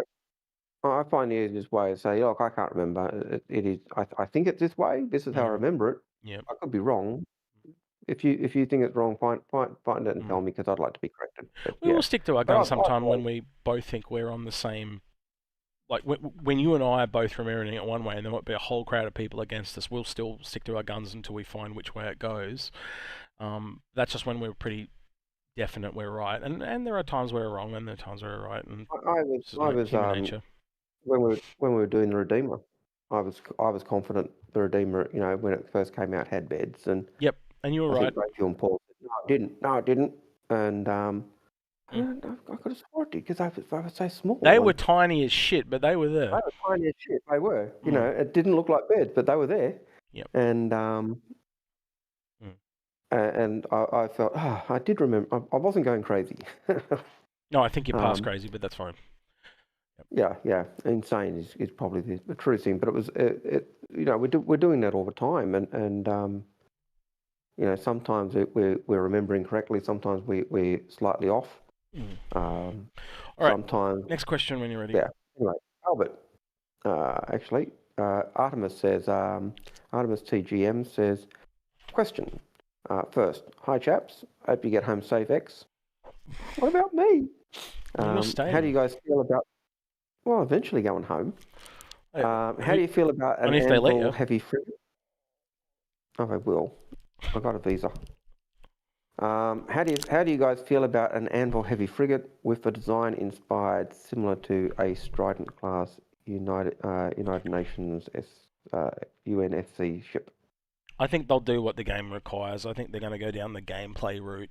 That is something that me and Algared had theorised for a while, and it was 100% confirmed with discussions with Ben, Curtis, and a whole handful of other devs. Yep.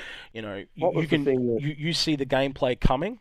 So let's just say we saw agriculture on the roadmap. I would then expect within they'd already be working on agriculture ships as an example.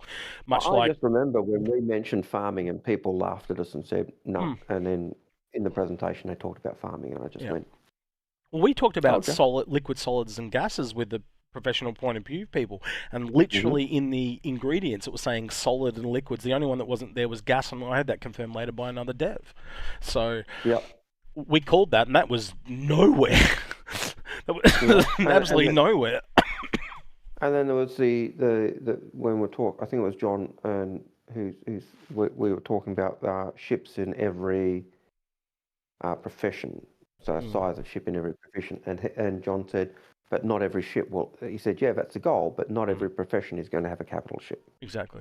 All right. Now John wants to say something. Go ahead, John. We can't hear you, John. In Twitch chat, there is FlexiPen, and he is from Outpost T-shirts. And he was just asking how you two were doing and what you thought of the T-shirts. I know it's a different thing altogether from the questions normally, but it would be nice to say a thank you and how well they went down.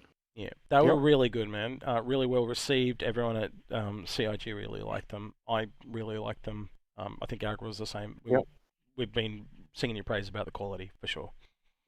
Yep, definitely love those shirts and the quality of those shirts. And still waiting to hear any feedback from the American-made ones we got made. Did anyone in chat get their shirt? And how did they turn out? Because we obviously won't get one of those because we didn't order them. Yeah, Australia. Well, no, we ordered them, but we and paid for them. You know what I mean. Yeah. Yep, I did make a purchase for one on behalf of someone else. So I did get messages that it had been mailed out, but it was going to someone else's address. So I'm assuming they've got there or someone started a hype train. Algared. Oz Veteran, thank you for all the subs. To Husky Bear, G Sharp, Space Tomatoes watching, so he got a sub as well. Nice to see a Space sitting in there lurking somewhere. Rick Madeira and Go Kui. Congrats on your subs. Make sure you ever thank you to Oz Veteran. Thanks, buddy. Appreciate it. Right. And I'm going to say, Space, if you are still watching, jump in, bro. Hop in the chat and say hi. We'd love to have you give your opinion on some of these questions as well. I know Space like I do, though. He's editing. Yeah, he's probably sitting there working away, polishing his work, making sure it's perfect. Make sure you say hello to Honey from me and Algared as well. And when his stuff does come out, guys, make sure you go watch it. Yeah. Let's produce stuff Albert out there. Guy. Unlike ours, Algared, we just do it all raw, don't we? Yep, absolutely. Warts and all. Because we're lazy buggers. Albert, all but to the guy Gibb, or however you want to say his name. What do you think will bring a bigger impact to gameplay for groups? The Idris becoming flyable, or the Kraken, and why? That's a tough one. How do you know when it's not in the game? You're going to get a lot of combat stuff. We're also not good. I think it'll be engineering, actually, if I have to think about it. You know, Yeah, like the engine. go ahead. Yeah, I was going to say, yeah, I agree. I think the engine and gameplay is going to be the thing that's going to be the most stuff for groups. And so you'll see that on the Idris, you'll see that on the Kraken, you'll see that on every ship and on bases. So Because you could I just think it's argue engineering. the more stations a ship has, the more people it can have, so the more teamwork you have. That's the other way to look at it, right? It's a bit of a And the loaded more question. stations, Yeah. and the more stations a ship has, and the more people you can have on the ship, the more things that can go wrong, which means the more engineering you're going to have. So because you can turn around before all the gameplay's in as well and go, which one's going to be more fun? Well, you know, are you a utility player or you're a combat player? yeah, You know, no ship is going to be perfect for everyone. You know, I'm personally looking forward to the Kraken. I could tell John and Ben both were looking forward to the Kraken.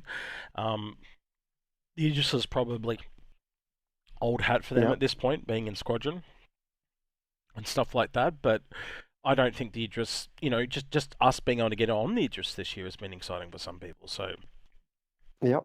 I think it's One more of the things entertaining seeing the Polaris and the Idris together is going to be a bit more entertaining. the thing I found, certainly from the panels, that was the most interesting thing for gameplay was not necessarily the ships, but the different armor types, which really gave you the ability to swap and change. It was almost like respecking. You get your armor and you spec yourself out as a medic. You get your armor, you spec yourself out as a scout or a sniper or a heavy marine or a mix of the two. Yeah. And so you could actually respec. You could actually split your armor types between types. But if you wore a complete set, you got a bigger boost. And but I saw that as just being you know, the classes that every other MMO has. But you can respec into whatever class you like. I think the only game I've heard that does something similar to that is Warframe. On a side note, I was looking at the Polaris CC chains for myself today, and you know, I said I think the record will be broken. I can definitely confirm I can break the record now. So the record was 19% on the Carrick. I got it down to 17, but I don't think it'll be me that holds it. I think someone else will do better than that. Yeah, 17. So it was 100 and what did I say, John? 125, 135 for a Polaris, basically. I was talking to 35. I thought you said. Yeah, something like that. But that's for a Polaris is bananas. I was talking to someone who's looking at, again, they're looking to get a Polaris. They've got a CCU that they picked up for the Polaris. Yep. That they're sitting on. They haven't worked out the rest of their chain, but they're looking at using the possibility of using another ship they've got that to as a cash. Yep. As a cash saving. So yeah. So Hollington thinks 135 is too expensive, John, for a Polaris. In Twitch chat. Just to put it in perspective. Put that in perspective. That's a Cutlass Red. So for a Cutlass Red, I got a Polaris. Yeah. I wonder if he thinks it's too expensive to pay $5 for an ironclad assault. Then. Yeah. So John won an M2 and he upgraded it to an ironclad assault for £5. Yep, I think $5. $5. Yeah. Yep, that certainly beats the record. $5 ironclad. That's pretty damn good. Chris has a question. I know that's the one we just did. Yep. No, we didn't. I just did it. So sorry. I recall you saying Ben Curtis was surprised how everyone in an all-Carrick Pioneer. Yep. But do you agree with the Pioneer that the Pioneer has become the most important capital ship in the game with base building? No, because you only need one in an all. I don't think any one ship will be the be-all and end-all. I think that like when they've talked about in the past about the meta of the game, I think that's what they're implying. Like there is no perfect ship. You know, there's going to be two ships either side of every ship that's 6 degrees of separation. There will eventually be direct competitors, all that type of thing. And everything we went through and learned, like how variants are stronger than modular, and then modular is stronger than a single. You know what I mean? Like you can see it all now. Like I can see all the pieces and all the pieces coming together to build this game across the board. Even Yeah. every ship has its place, but it's also close enough that there will be another ship that can do what it does as well. I would say, even now, probably the most important ship is probably the most underrated ship in the game, and that's a Crucible. Because once bases are built, it will be that type of ship. I imagine will be able to do repair on ships and buildings and stuff. I imagine if you've got a capital ship in your org, if you've got a capital ship in your org, you want to have at least a Crucible. If you've got 50 capital ships, you want to have a bucket ton of Crucibles. And so many orgs, they will have, every person will have a Pioneer, or every person will have a Javelin or an Idris. But then you say, how many Crucibles do you have? And it's like, one. So I think that's the most, those repair ships are the most underrated ships in the game, and people just forget about it. They just think it's not necessary. I'm just reading in chat that Job Blight, is it Job Blight? Yeah, Jolo Blight is bummed that engineering got delayed. But again, it would have come out and been a little rough around the edges. Now they've got another quarter to polish it. It'll come in a better state. So no, I've got to that point, even with ships, when they get delayed, like, everyone else is going, oh shit, the banner merchantman's not coming out. Me and Algared are like, yes, it'll be better. So we've just got to that point where we don't care.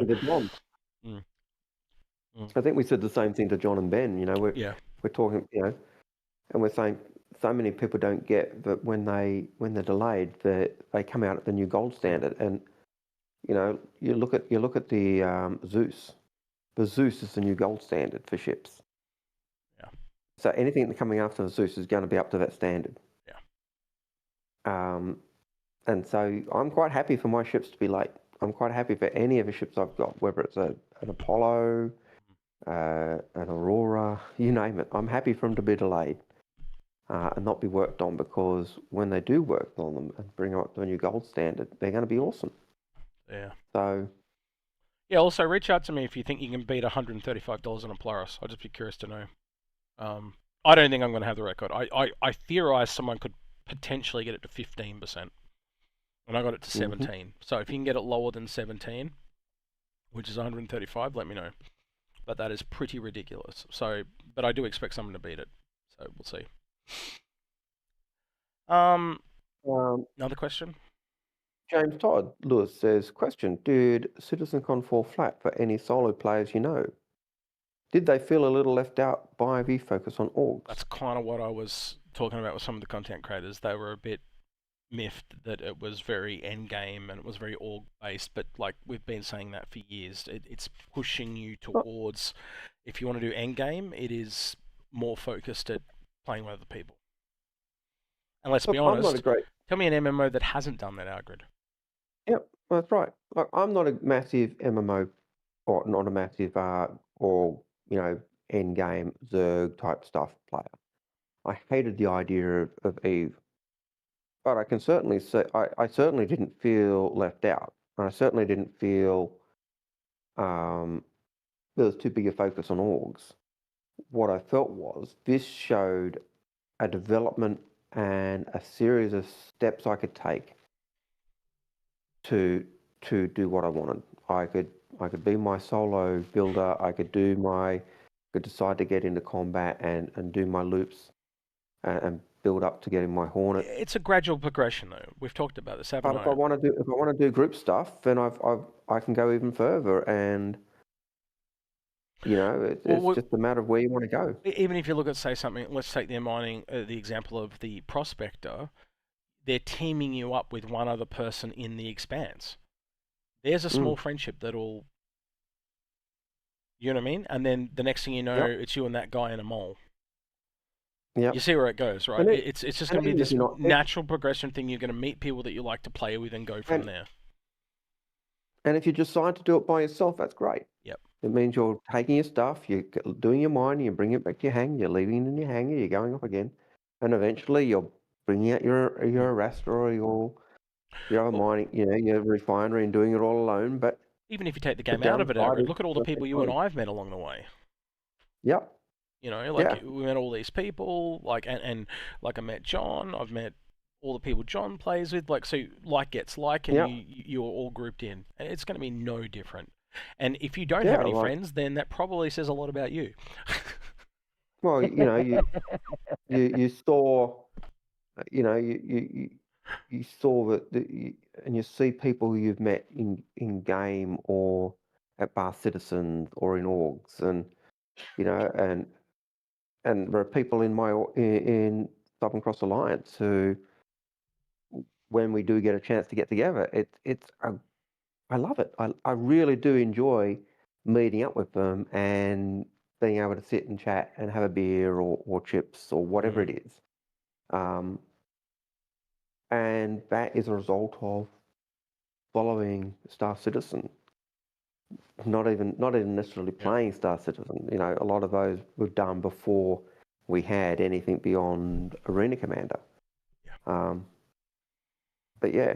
Well, yeah, it kind of, a lot of friendships started for me just wanting to talk to other people about the game that didn't even exist. That passion, that dream. Yeah. That enjoyment of talking ship. That's it. And that's the beauty, I think, of the Bar Citizens. You go to a Bar Citizen, and it's even a small one, 30, 40, 50 people. Well, all the ones we went to at CitizenCon were exactly like that, no matter the size. You don't know a single person, or very few people, but everyone, you can go up and say, what's your favourite ship? What do you like to do? How did you get into the game? And it doesn't matter if you're talking to a player or a dev. It's exactly the same question. What got you? What if it's dev? You say, what got you into doing what you do? How did you get into the game? Oh, it was a backup. Oh, what's your favourite ship? It was. If you said that once, you said it a dozen times. So yeah, and I can see if I chop my hand off, I'm going to be mute. So. Yeah, just to write, I don't leave it's currently, what is it, John? Friday, 10 p.m. I leave about 8 p.m. My flight leaves on Monday, so 3 or 4 days and I'm out of here. Algared's still got to go around Europe for a bit. He doesn't get back to December, do you? No, 23rd or 24th of November, I get back.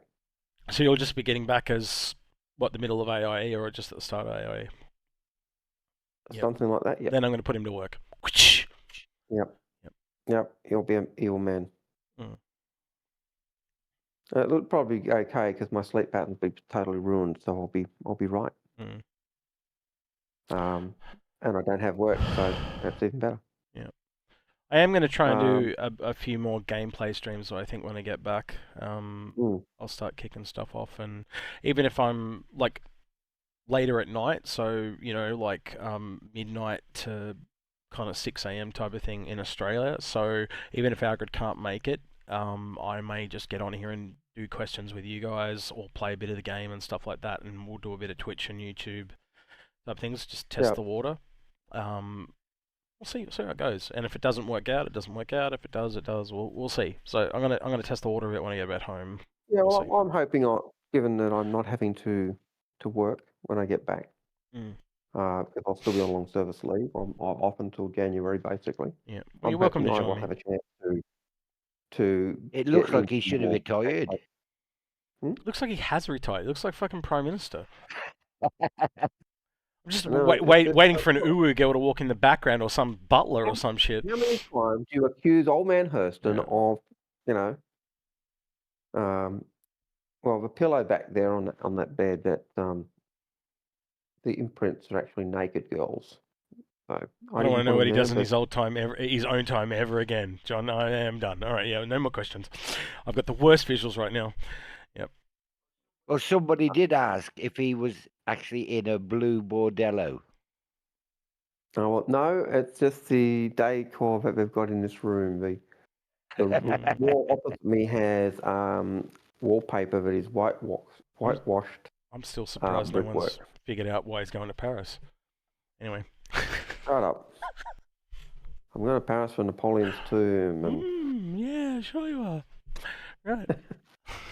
It is true, I am. Someone will figure it out. Tomb I know, and I've implied now, so someone will figure it out.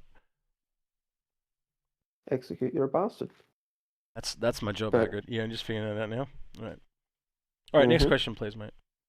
Star Raven. To me, the Pioneer is more my mobile base. With its crafting, refining, medical, and extraction, it has it all. Yeah, it does. Is it wrong for me to think base building is a secondary feature? It's a what? No. Sorry, base building is a what? Feature. It's a Secondary. what feature? A secondary feature? No, I think Yep. it's a fully fledged thing, and I think that Pioneer shows that. Like it's a mothership unto itself that can build a city. Like it's essentially the first building in a city. That's kind of how I see it in a way. Like it kind of comes in and lands and just builds, expands. Well, the beauty of it is it can actually move and build other stuff. So it's a real shame they took the name in Expanse, because that would have been really good for a smaller base building ship. Let's be honest. But yeah, I don't think it's wrong to see it to think of the base building aspect of your Pioneer as being secondary when you think of it as a mobile base that does everything. But every base you build just enhances the capabilities of your mobile base. So there's a guy in chat, Algared. He didn't do it as a Mhm. question, so I'm just bringing it to your attention. He says, his name is Ben Wayland. He said, really enjoyed meeting you and chatting with you, Algared, at CitizenCon. We spoke as you joined the line for the merch and then I got cut off because I can't see the rest of the chat. But yeah, he's in chat if you want to read the rest of his question. But yeah, he talked to you in merch line. Yeah, I can't. We can't spoke as you joined the line for merch, and I decided against it because of my back. Yep, I was regretting having stood in the line for so long because my back was killing me at the end as well. But yep, I'd be a liar if I said I remembered, because I've met so many people. I reckon I've met 15 or 20 people while in the line. Yeah. But certainly at the beginning of the line, I do remember meeting a couple of people, and I can remember tossing up whether to stay in the line at the beginning, because I didn't think it'd go that long, and I thought the line was only half as long as it was, and then it kind of turned and zipped, did it a U shape, and it was like, ugh. What surprised me was when we were talking to Sandy, and I'd mentioned the line, and she was surprised it had taken so long. And then we realised that what she'd suggested they do was not what they did. But hey. Lead a water to drink, but you what is it? Lead a horse to water, but you can't make it drink. So yeah. Yep. So, all right, next question. Nova 42. Any thoughts on the Taurus versus Starlancer Max discourse? I think it's much like the Freelancer versus Taurus in the first place. You know, it all comes down to every ship has to have its own little niche. Like, let's look at the CL versus the Freelancer Max. Do you want the ability to load better, or do you want to be able to take bigger things, like actually take a rover? Yeah, look, I think the Max certainly has an advantage over the Taurus in terms of, because they've both got views of cargo loading and offloading. Well, the other thing is, if you already have tractor beams and stuff like that, or an Atlas or something like that, you don't really need the one that is attached to the ship, but it's also convenient that you don't have to take an entire Atlas with you because there's one attached to the ship. So it all balances out in a weird way. I think the big difference that comes into a discourse is really the size of a ship. So they both have that ease of getting cargo on and off, but the Starlancer Max is the biggest ship. But you could also argue that the Freelancer Max is actually easy to unload because it's got a bigger door. Do you know what I mean? So physically, it's easier to get the bigger 32 SCU containers in, so you can load it faster. I don't know. This is what I'm saying. Like, it's a really weird, nuanced, balanced thing, and I like that. You know, I don't think any ship should be perfect. And just those two examples that I've given there, like I know he said the Taurus versus the Starlancer Max, and you can go back to that, but we don't have those two ships in game. We do have the CL and the Max, and so it's a better comparison. But you can imagine it's going to be somewhat similar, right? But they're obviously in different size classes, so then there's all these other things that come into it. Indeed. And I think, you know, the different size class, the different speeds of the ships, the different, all of those elements. Yep. come into what makes a ship better or worse, and it's horses for courses. Which ship do you like the best? And that's the ship you like best is the ship that's the best one for you to use. Let's look at another one into the mix, because honestly, if you're looking at the same size class, I'd go Caterpillar before I went the Starlancer Max, because it's got less cargo, and it's about, what is it, currently, I don't know the final price, but the Warbond's 280, right? The final price on the Caterpillar is 330, so I've got to imagine it's like 300, like a $30 difference potentially, right? For the $30, you get double the cargo, and the ship's technically physically smaller. But then there's other things in, like it doesn't have as many VTOLs. So you start to see, even with ships that are even closer, there is little discrepancies. There is going to be no perfect ship. And if it comes down to money for what you get, I would, like, just looking on paper, you're buying a lot of living quarters on the Starlancer. But do you need so essentially, if I looked at the Starlancer versus Caterpillar, I'd say potentially the Starlancer is going to go further distances than the Caterpillar. But then, do I need to travel further with what I'm doing? I think it also ties in with the types of things they did with the Corsair versus the RSI ships. The RSI ships just have a little locker and a little bed. Well, it's all those ships in that area. The MSR, the Corsair, yeah. Yep. But if you're doing if you're doing group play, there's less room for the individuals to hoard their own little stuff. Whereas in the Corsair, every person's got their own bunk and their own room, so that little space where they can at least personalise it and make it their own. And then they've all got the nuances of, do you want more cargo? Do you want more speed? Do you want more armor? Do you want more guns? Like, it's player choice. Yep. So again, if you are worried about a ship, like, because this happens every time a ship kind of gets trod on or something comes up against it, right? People will go, oh, the sky's falling, my X ship is not as good as it was anymore. Well, that's going to happen with everything. So the only thing you can really do is fundamentally plan, and that's why we leave a lot of things in CCU chains, because then if something changes, it's like, well, I'm heading for ship X, oh no, they just dropped Y, I can pivot. Right? And the ship's not out, so it doesn't matter. Right? And if it does come out and you decide that you want it and you complete it, then that's unfortunately on you, and you've got to build another ship up, but you could melt it and start again if you wanted to. There are possible ways around it. It's very hard to plan long term, so you've got to try and play as safe as possible, is what I'm saying. But expect every ship's going to get trod on you. Yeah, I think we've been saying that for a very long time.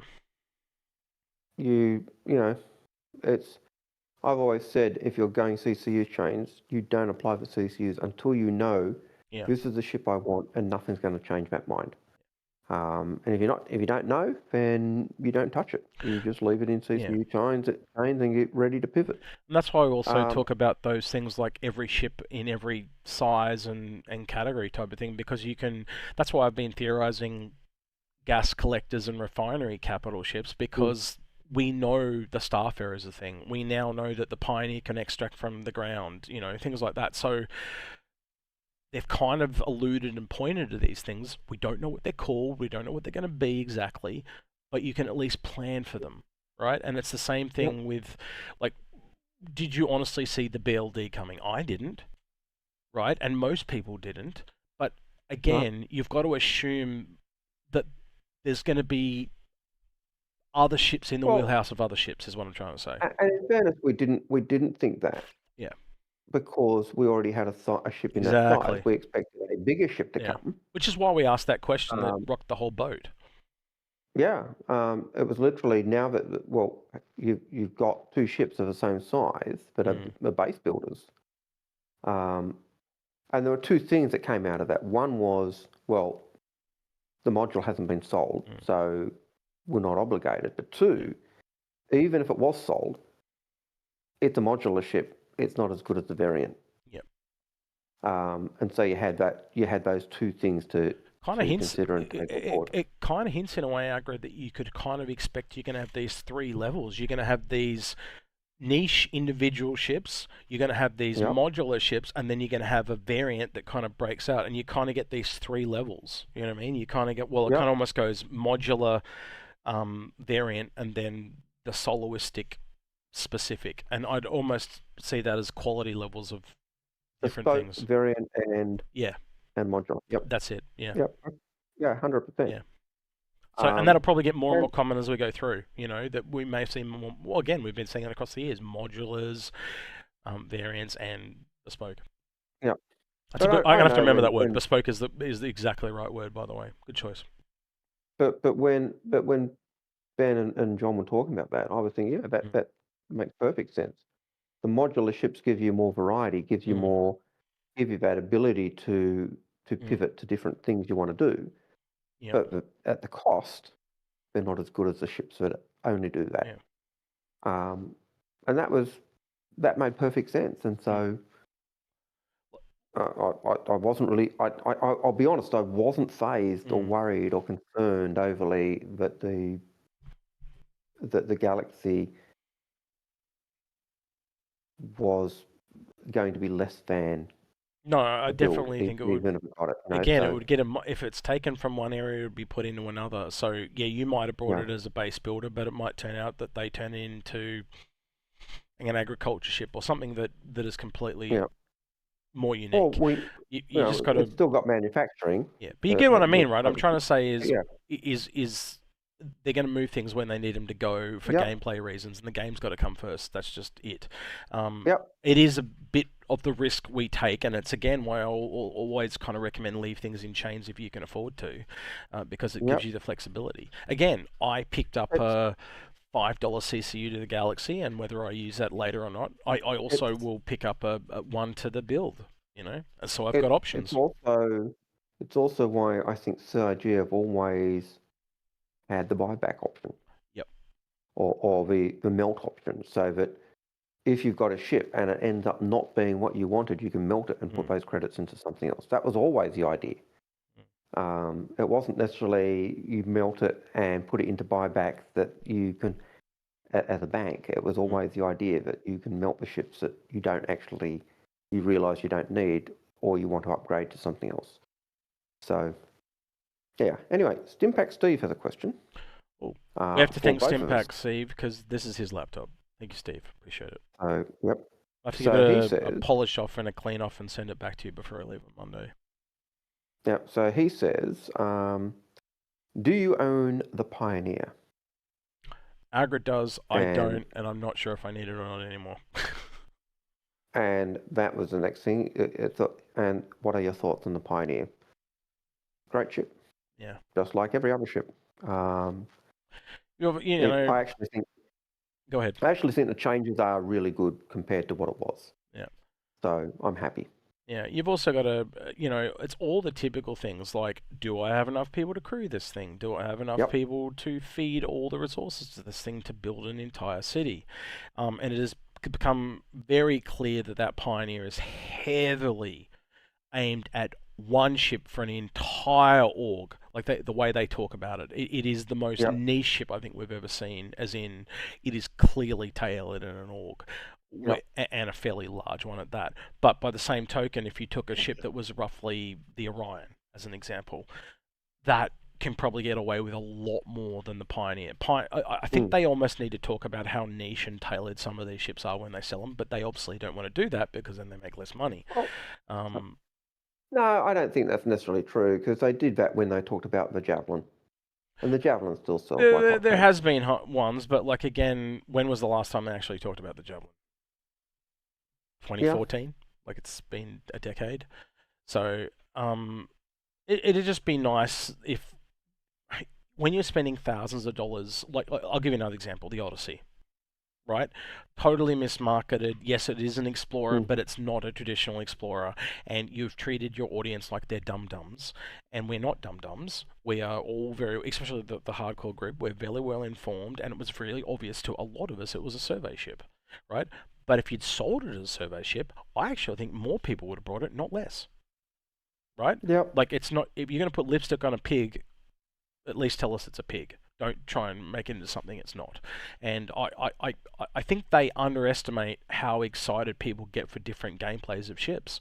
Like, I still go back to one of the CitizenCons with Tony Z, and the guy that was with Tony Z didn't understand why so many people were getting excited for the graphics of just the the simulation thing behind them, because it just looked cool.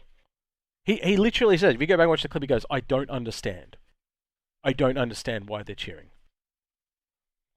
Again, when you work on something so long, you're in the details. You can't stand back and see the full picture. So yeah, I don't know. I just think sell them as what they are. Don't sugarcoat them. Just warts and all. I wouldn't say it's necessarily putting lipstick on a pig, though. I'd say it's more. I probably used the wrong thing, but you know what I'm trying. I was just trying to give an analogy. Yeah. I think it's more the ugly duckling. That's a better way to put it. Yeah. Every ship we look at is, in some sense, to somebody an ugly duckling. Yeah. And at some point, what's the other one? One man's trash is another man's treasure. Yep. Yeah. Yes. But it is that type of aspect. Yeah. There'll be ships that are perfect for one. There'll be ships that are perfect for another. There's ships that are really dedicated and specific and lined out for being multi-crew ships for orgs, and ships that are dedicated to that end game play. There are other ships that are a nightmare to build just because there's so many modules, and every module effectively means every combination of module effectively means you're building a new ship. Yeah. Which is why the Endeavour is such a nightmare.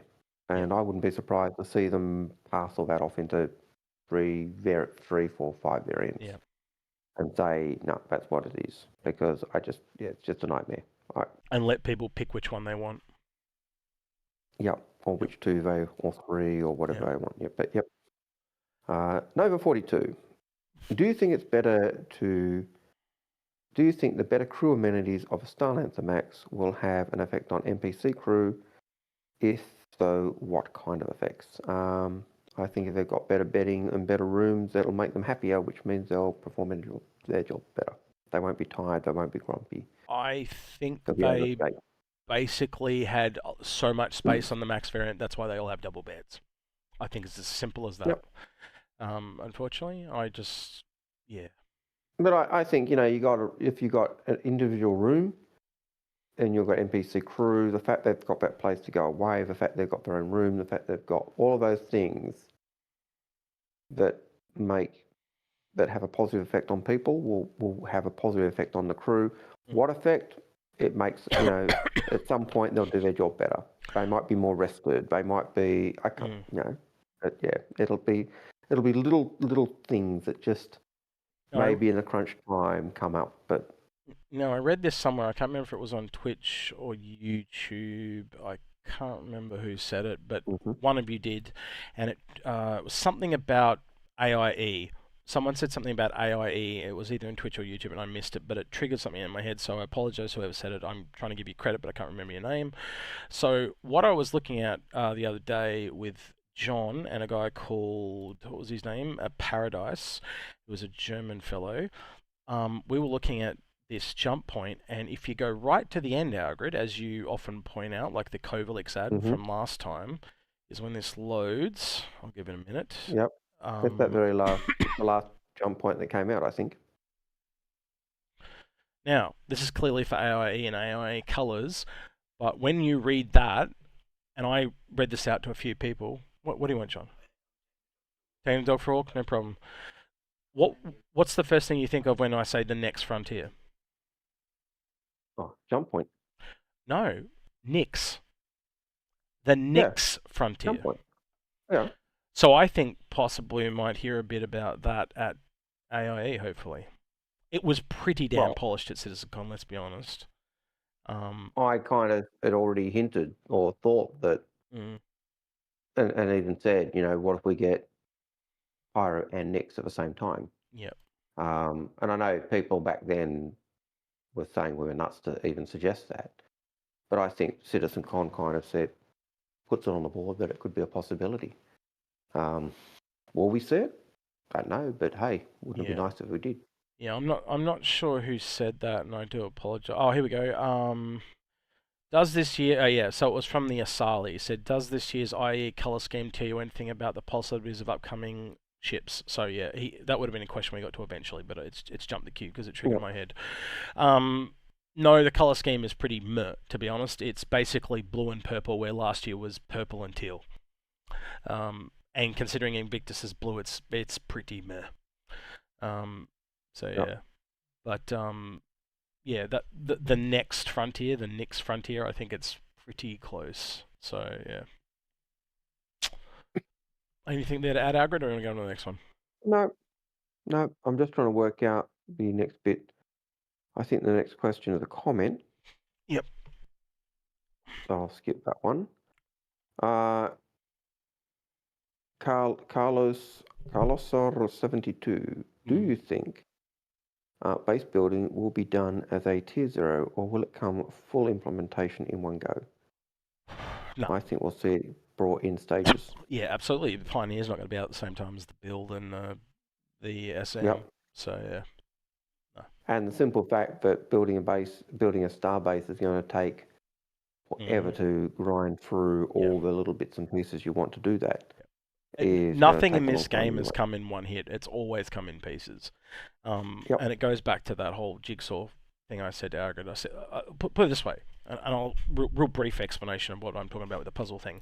If I give Algared a piece of the puzzle, and the next piece of the puzzle connects to the previous piece, and I keep doing that, and I just give him every single piece, and he knows it connects to the previous piece, he can't fuck it up, right? It'll take longer because he's only get one piece at a time, but it'll be more accurate, make less mistakes. Where if I just give Algared every single piece, he might be able to do it faster, but it could also potentially take longer because then there'll be more mistakes where he tries to connect to it and he doesn't know which piece connects. So you run that through in your head, which is the quicker and safer option. It's the one piece at a time analogy. Because then there's going to be no mistakes. And when you're making it into a live environment where people actually are playing it, it's clearly got to be the one pieces at a time analogy. I just think the old philosophy view of, blind men feeling an elephant type thing works. You feel the trunk, how often do you like to feel elephants? Please elaborate on this giant elephant dick. I don't understand what you're trying to get to. I've never heard that saying before. Blind people feeling an elephant. What the hell does that mean? Please tell me. I honestly don't know. What do you mean by that? It's the way in which different people perceive things execute. So, in philosophy, you talk about the way in which, does that mean just because you see something that you're blind and you're feeling the trunk of the elephant, and you say, oh, it's a large snake, or it's a large this, and someone else is feeling the ear. Okay. Now I'm with you. It's the same thing, but you're just describing it from different. So big you aspects. can't see the whole picture. Yes. Okay, I'm with you now. Right. Nomadic Mac has a question. With the ship team being over 50 people now, do you foresee an increase in time being devoted towards knocking out backlog ships, barring BMM, Endeavour, Caps in the near future? Gameplay. The same thing we said before. It's just rules. Yeah, the gameplay rules. And it's something we'd talked about for years, and it was 100% confirmed by multiple devs. That was one of those things me and Algared had speculated on, but we had no evidence whatsoever other than what we were seeing, and it kept being correct. But it's always great to get it verified. It was certainly something that Ben confirmed when we were talking about, the Polaris not the Polaris, the Perseus versus the Galaxy and other things. It was gameplay. If the gameplay's there, the ship's more likely to come first. If the gameplay's got to be brought in, we might work on it, but it won't come until the loop's done. So, well, we even asked things like, why the Polaris? And they just said, well, it was a combat ship. It can work in-game, and we just wanted to do a big one. We had to pick one, so we just picked that and went with it. And I was like, okay, makes sense. And the Perseus was there because it shared parts and it was a combat ship. Well, yeah, that was the other part, wasn't it? There was a big school or lot of RSI ships, but the Polaris just made sense because it was kind of like somewhere to start. And that's just the one they wanted to make. So, I don't know. Yeah. So, Blamsmith says, would you rather have seen details on how different gameplay loops would look for a release for 1.0 panel at CitizenCon rather than what we got? I was happy with what we got. Say that again. Would you rather have seen details on how the different gameplay loops would look for release for 1.0 at CitizenCon rather than what we got in the panel? I don't think they're really there yet, right? I think if you kind of strip back, like again, we've said this a couple of times, the episode we did with Space Tomato at the start of the year, when we kind of sat down, it became really obvious when we started talking about it that this whole year, where they'd set up the foundation of Squadron before they built Squadron, you take that from a single player game, roll it over to a multiplayer game and go, what is the foundational stuff you need from the multiplayer game? And that's where base building just came out really obvious, right? And base building is such a big part of the multiplayer that you've got to have that groundwork in. And again, as I said earlier, it's another category, like a building is another category of ship, a vehicle, or a Titan suit. You know, it's another category. Yeah, it's a room. And so when you build that gameplay, yeah, exactly. But when you build that gameplay now, you can cross-pollinate it across all those categories. Yep. And the other thing that came out of all of that discussion was that server meshing was the key, and that got confirmed time and time again. Yep. The silver bullet, the breaking of the dam, like, there was, 10 different references to that shit. Yeah, but if we heard those types of references once, I think we heard them a dozen times from different devs. Which we'd also theorized for years, and other people said we were crazy. But again, it's nice to know we were vindicated. Limited not about being. It's not about being right. It's about getting to the truth. That was what was more important for me, and I know that's the same for you at the end of the day too. Limited respawns has a question. How long do you think it will be after release before an org has a Bengal? How long is a piece of string? Because we don't know how long it takes to build the station, and will they not speed that up and slow it down based on the needs of the game? What are the supply and demand? Are you building it in a really remote system? Or are you building in a system that's next door to Terra? Like, you know what I mean? Supply and demand. Are you also building? Have you got it? How many blueprints have you been able to get? Because you're going to have to go. You're going to grind your blueprints. Yeah, it might take longer. Someone grind the blueprints to get that Bengal blueprint. So, well, like I said, if you're building it further away, it might take longer to build a space station, but it will be far safer because no one will give a shit. But it may be quicker to build it in Terra, but there's going to be so much more people trying to stop you. It's like, I don't want that there. It's going to drive me fucking insane. I don't want kill it with fire. If you're in Terra, it's a legal system, so you'll have the UAE protection You get my point, right? I said Terra next door to Terra. But my point being is, like, the more foot trafficked an area is, the more likely it's going to be found. The quicker you'll be able to build it, but the more quicker someone's going to try to take it out. And it's like that in any other game you look at. On the reverse side, if you've got your building out in the sticks, and there's a lot of traffic of you and your mates going to that location, you're going to draw attention to yourself as well. So. But it also people might care less because it's not near as many resources. So it all balances out in a weird way. Yep. Pilgrim70 says, wouldn't CIG better have the big player space stations and land bases have been faction owned and org owned? I think that was the original idea. Factions, really. I remember back in the day they talked about, remember Ruin Station, how you and I theorized at one point, like, it can be player controlled, as in you could own it while you own that area, and then you get the benefits of and then it could be stolen back off from you and stuff like that. Initially. That was the type of thing they talked about in space stations early on, and that's the same type of thing they've talked about for smaller places. Yeah.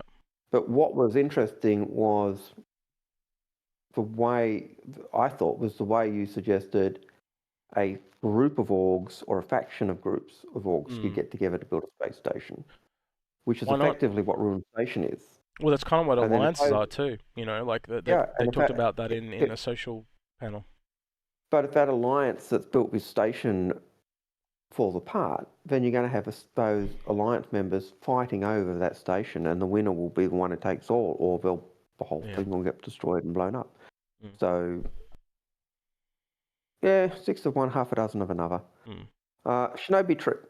Yep. With 5 systems in 1.0 and base building, having the ability to set up shops, do you think the BMM will still be useful? Yes. Next question, Midgard. Well, let me answer that quickly. I still think the banner management has too many shops. You've got 10 in the Pioneer and you've got 8 in the Banner Merchantman. So you do the math. If you take 2 off every single shop, that means they're still going to make 4 more space station shop ships. When they first brought out the Pioneer, They actually said the Pioneer has this many shops and the Banner Merchantman has about a third. Well, in So the it's in the 34 in the shops. files, it's 10-8, right? So if you do that, it's 10-8. Then does that mean you're going to get a 6, a 4, a 2, and a 1? Maybe.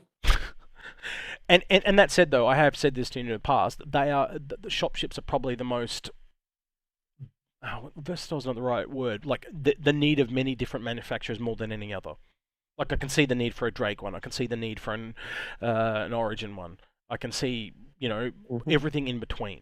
So there being like more than any other, I can see that. I can even see direct competitors at just a single shop in it. So maybe that is the case. We'll have to wait and see. Yep. I still think it's useful. Agreed. Okay, we're going to try and fast track these. As I trying to have killed the bot, by the way, because we've got like 3 pages of questions and half an hour. Yes, I know. And I've been trying to fast track some of these questions, and somebody keeps being long-winded. All right. Do you think this is in Midgards? Do you think the Pioneer will rise in price to 1K and we all get LTI, or eliminating its limited availability even with a CCU? We did ask. That was a marketing-based question, and they did not know. Yep, that was a marketing-based question. I would hazard a guess and say probably not. I'd probably say almost leave it where it is for all the reasons stated before, because I think they've sold too many as it is. I think they almost need to encourage some people to melt what they've got and pass it on to other people in a weird way. Anyway. Yep. Stimpack Steve at Trader Gator, please. No, that's just telling someone to use the question. John says, could the unknown ship be a New Zealand manufacturer? Yes, could. Absolutely. Somehow it gives me vibes of the concept capital mixed with a Reliant. Yes, it could very well be. And they're working on the Raelian kind of thing as well. They mentioned that was going in, so absolutely. Wouldn't rule anything out. But I think the thing that we were trying to say is just think outside the box, that it could be more than just Drake. That I think that's what the takeaway should be. Open your mind. Yep. Open your mind. Don't just fall into the trap of seeing what you expect to see. Yeah. Space Tech. Yeah, go for it. Now that we're past the CitizenCon glow, do you have an updated highlight and lowlight? Also, do you think they didn't sell the BLD because they were still deciding the details about it? I think they didn't sell the BLD because base building's not in yet. No, because they'd sell it as a concept, like the TAC, right? Yeah. I think it's coming sooner than we think. Yeah. I'll just leave it at that. It's really obvious to me. Like I did talk about this with John, right? They were setting up 4.0 for release at CitizenCon. I think it's heavily implied that there is some form of base building in 4.0. And again, if you're going to sell a TAC for it coming out sometime next year, why wouldn't you just also sell the BLD like that? But they didn't. Yep. They also have released the SM, but they didn't sell the FM. Yep, because that's tied to the base building. Yep. So and I think we did talk about that the other day too. Yeah, or maybe last stream or whatever. But that's so obvious to me that means it's coming sooner than later. Yeah.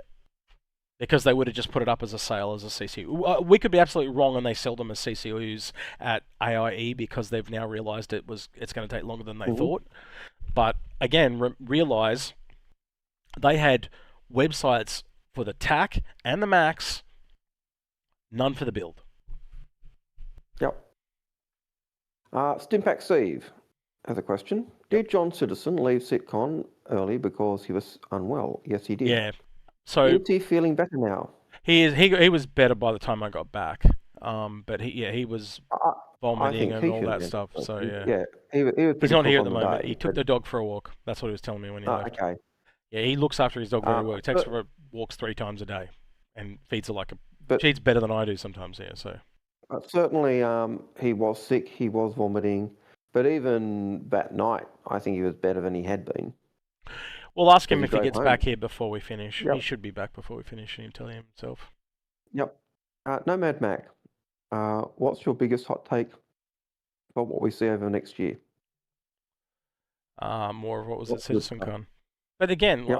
I'd say the different trains were pretty cool. Like you and I had theorized those years ago.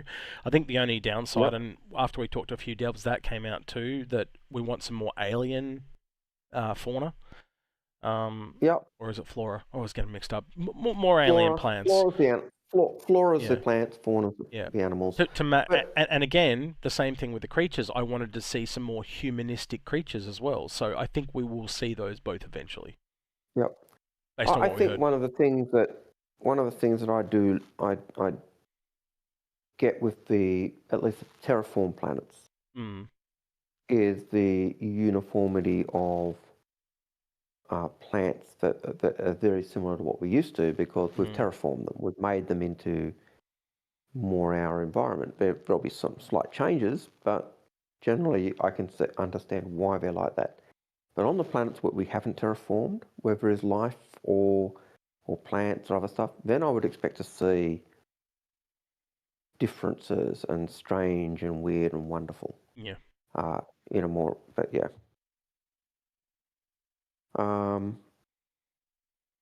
Steph's Speed Shop. Do you think we'll be able to craft medical facilities for our bases? Absolutely. Absolutely. Heath Miller.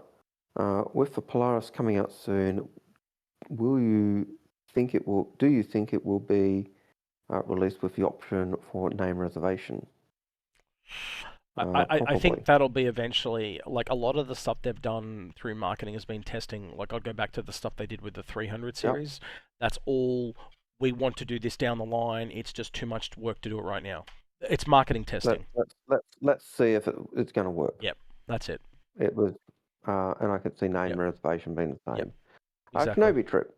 Will the Mark II Ghost have a stealth module, or will it be locked to the hull? The tracker has a lot of extra sensors, antenna all over the hull, which makes me think they're no longer modular. I think they probably have changed a fair bit, as has the original Hornet. I think you were probably spot on with some of the things you're saying there, but I do think the Ghost is clearly leaning towards more stealth gameplay, and much like the one of the Razors. I think the tracker, again, now it's coming into its scanning thing. I think that they are clearly more tailored at variants than modular pieces. I 100% think you're right. They are more modular. They're more. Yeah. In the day, it used to be. Yeah. This is what you can do with your Hornet. Yeah. But for years now, they've been more. Yeah. This is a variant of the Hornet. Yeah. And if that's a change, it's a change of the times. You've got to remember the Hornet has been there since day dot. Yeah, and I think that's a positive change. I don't think it's a negative one at all. I just think it's a changing of the times, and if you really want that, unfortunately, again, the older a ship, the more likely it's going to have changes. Yep. It's just how it is. Yep. Motu Gotchas says, how is all the new Starlance attack max? So what do you think of the new I'm not a fan of the max. I think the max is the one that, I think the TAC, I don't know its place yet. Like as we talked about last week, military-wise, it doesn't quite make sense, but I'm sure it's going to have some place at some point. I just don't quite know where it is yet. Yeah, I kind of got the feeling, like even though he's saying it was felt too big. Yeah. He hadn't had a chance to really think where its value would be, but it certainly wasn't in that. Well, that's what I said to him. Like every dropship we looked at, it had this niche that it filled that something else didn't. We just got to find where that one is. And again, I've heard people say it's for killing the worm. Yeah, absolutely, it could work really well on the worm, but so could two Redeemers. So you just don't know exactly where it's going to be. It'll come out in time, I am sure. But realistically, let's be honest, the BLD is what that thing was built for. Yeah, well, Jon even said the same thing. I think that the BLD came first, and the others were options that came after it. Was it Jon? Sorry, say again. I was reading another message. In terms of the bill being the first ship. Yes, they did confirm that that's what it was built for. Midgards is going off at me because I don't like the max. I'm just saying from size of it and the amount of cargo it carries, you've got better options. Again, but if you want to go a medium amount of cargo, really long range, then the Starlance is going to be better at doing that than, say, a Caterpillar. I just bring it back to what we said earlier, horses for courses. Yeah, a ship for every little niche and role that is required. And again, the Starfarer is probably more niche than, say, a Caterpillar, as an example. Yeah. Yeah. Do you think a quarter later for engineering, they said a sub patch? Yeah, sounds good. Might be longer, might be less, but yeah, sounds good. A good guess. Oz Veteran, your thoughts on the new MISC Starlancer cargo ship? I think you just answered that. Yeah, we just answered that one. JJ, what's the most jack of all trade ship and why is it the Star Runner? It's the Connie. I think it's the Connie, and not the Star Runner, but you're welcome to your opinion. Yep. Don't need to answer that one because I don't even know what it was referring to, but he loved your expression to a question. Aurelius Indominus has a question. Now we start with the lesser systems. Do you think it will be a long time before we get a banded populated system in the game? Yes. Yeah, they're more likely to get. We've talked in Theory about this in the past. They talked about doing alien expansions. So realistically, you might get 1 or 2 ships that come into the human system, like the Defender and the Cartwheel and stuff like that. But they'll flush out the alien race as they build their system, and potentially as they build their campaigns. You know, Yep. one of the ones that And Algared then theorized was the Tavaran Civil War could be a campaign. Well, I also think they'll be the first. One of my thoughts is they'd be the first race that we get, mainly because the Tavaran culture has been purged. They purged it after they lost the Second War. And the only bits of the culture that remain are what the humans kept as kind of war trophies. And so if you're playing a Tavaran, you're playing from the history of what you know. You could even have a campaign that UEC. goes backwards and forwards in time. One about Yep. a Tavaran living in the current situation, but it backtracking to the Civil War and showing why things are the way they are now. Yep. And then maybe the third campaign in that is some new event that turns around and they become a lot more accepted in the UAE, or or does it kick off the 4th Tavaran War? Who cares? You know, I'm just saying, like, I'm trying to give examples. Yep. So there's lots of options you could do. Yep. So Chris says, do you think there is any value in trying to optimize your ship components or swapping around your ship components for different grades? Yes. If yes, do you have any recommended tools or sites? I think that's going to be a part of the engineering gameplay. I think this is a skill-based game, and in a weird turn of phrase, you can be less skillful in a bigger ship because your components are fixed. You change them when you're back at port, and then you kind of forget about them. But if you're in a size 2 component ship, do you take an extra power plant? Do you take an extra quantum drive? So I want this one because it's really efficient and we'll get across that really big jump. But then if we need to move really quickly because we're being chased, do I put a military one in? Little subtle things like that are going to change the game. And then you've also got the blades that you'll be adding, all the little bits and pieces you'll be adding to the larger components as well, plus the need to repair them.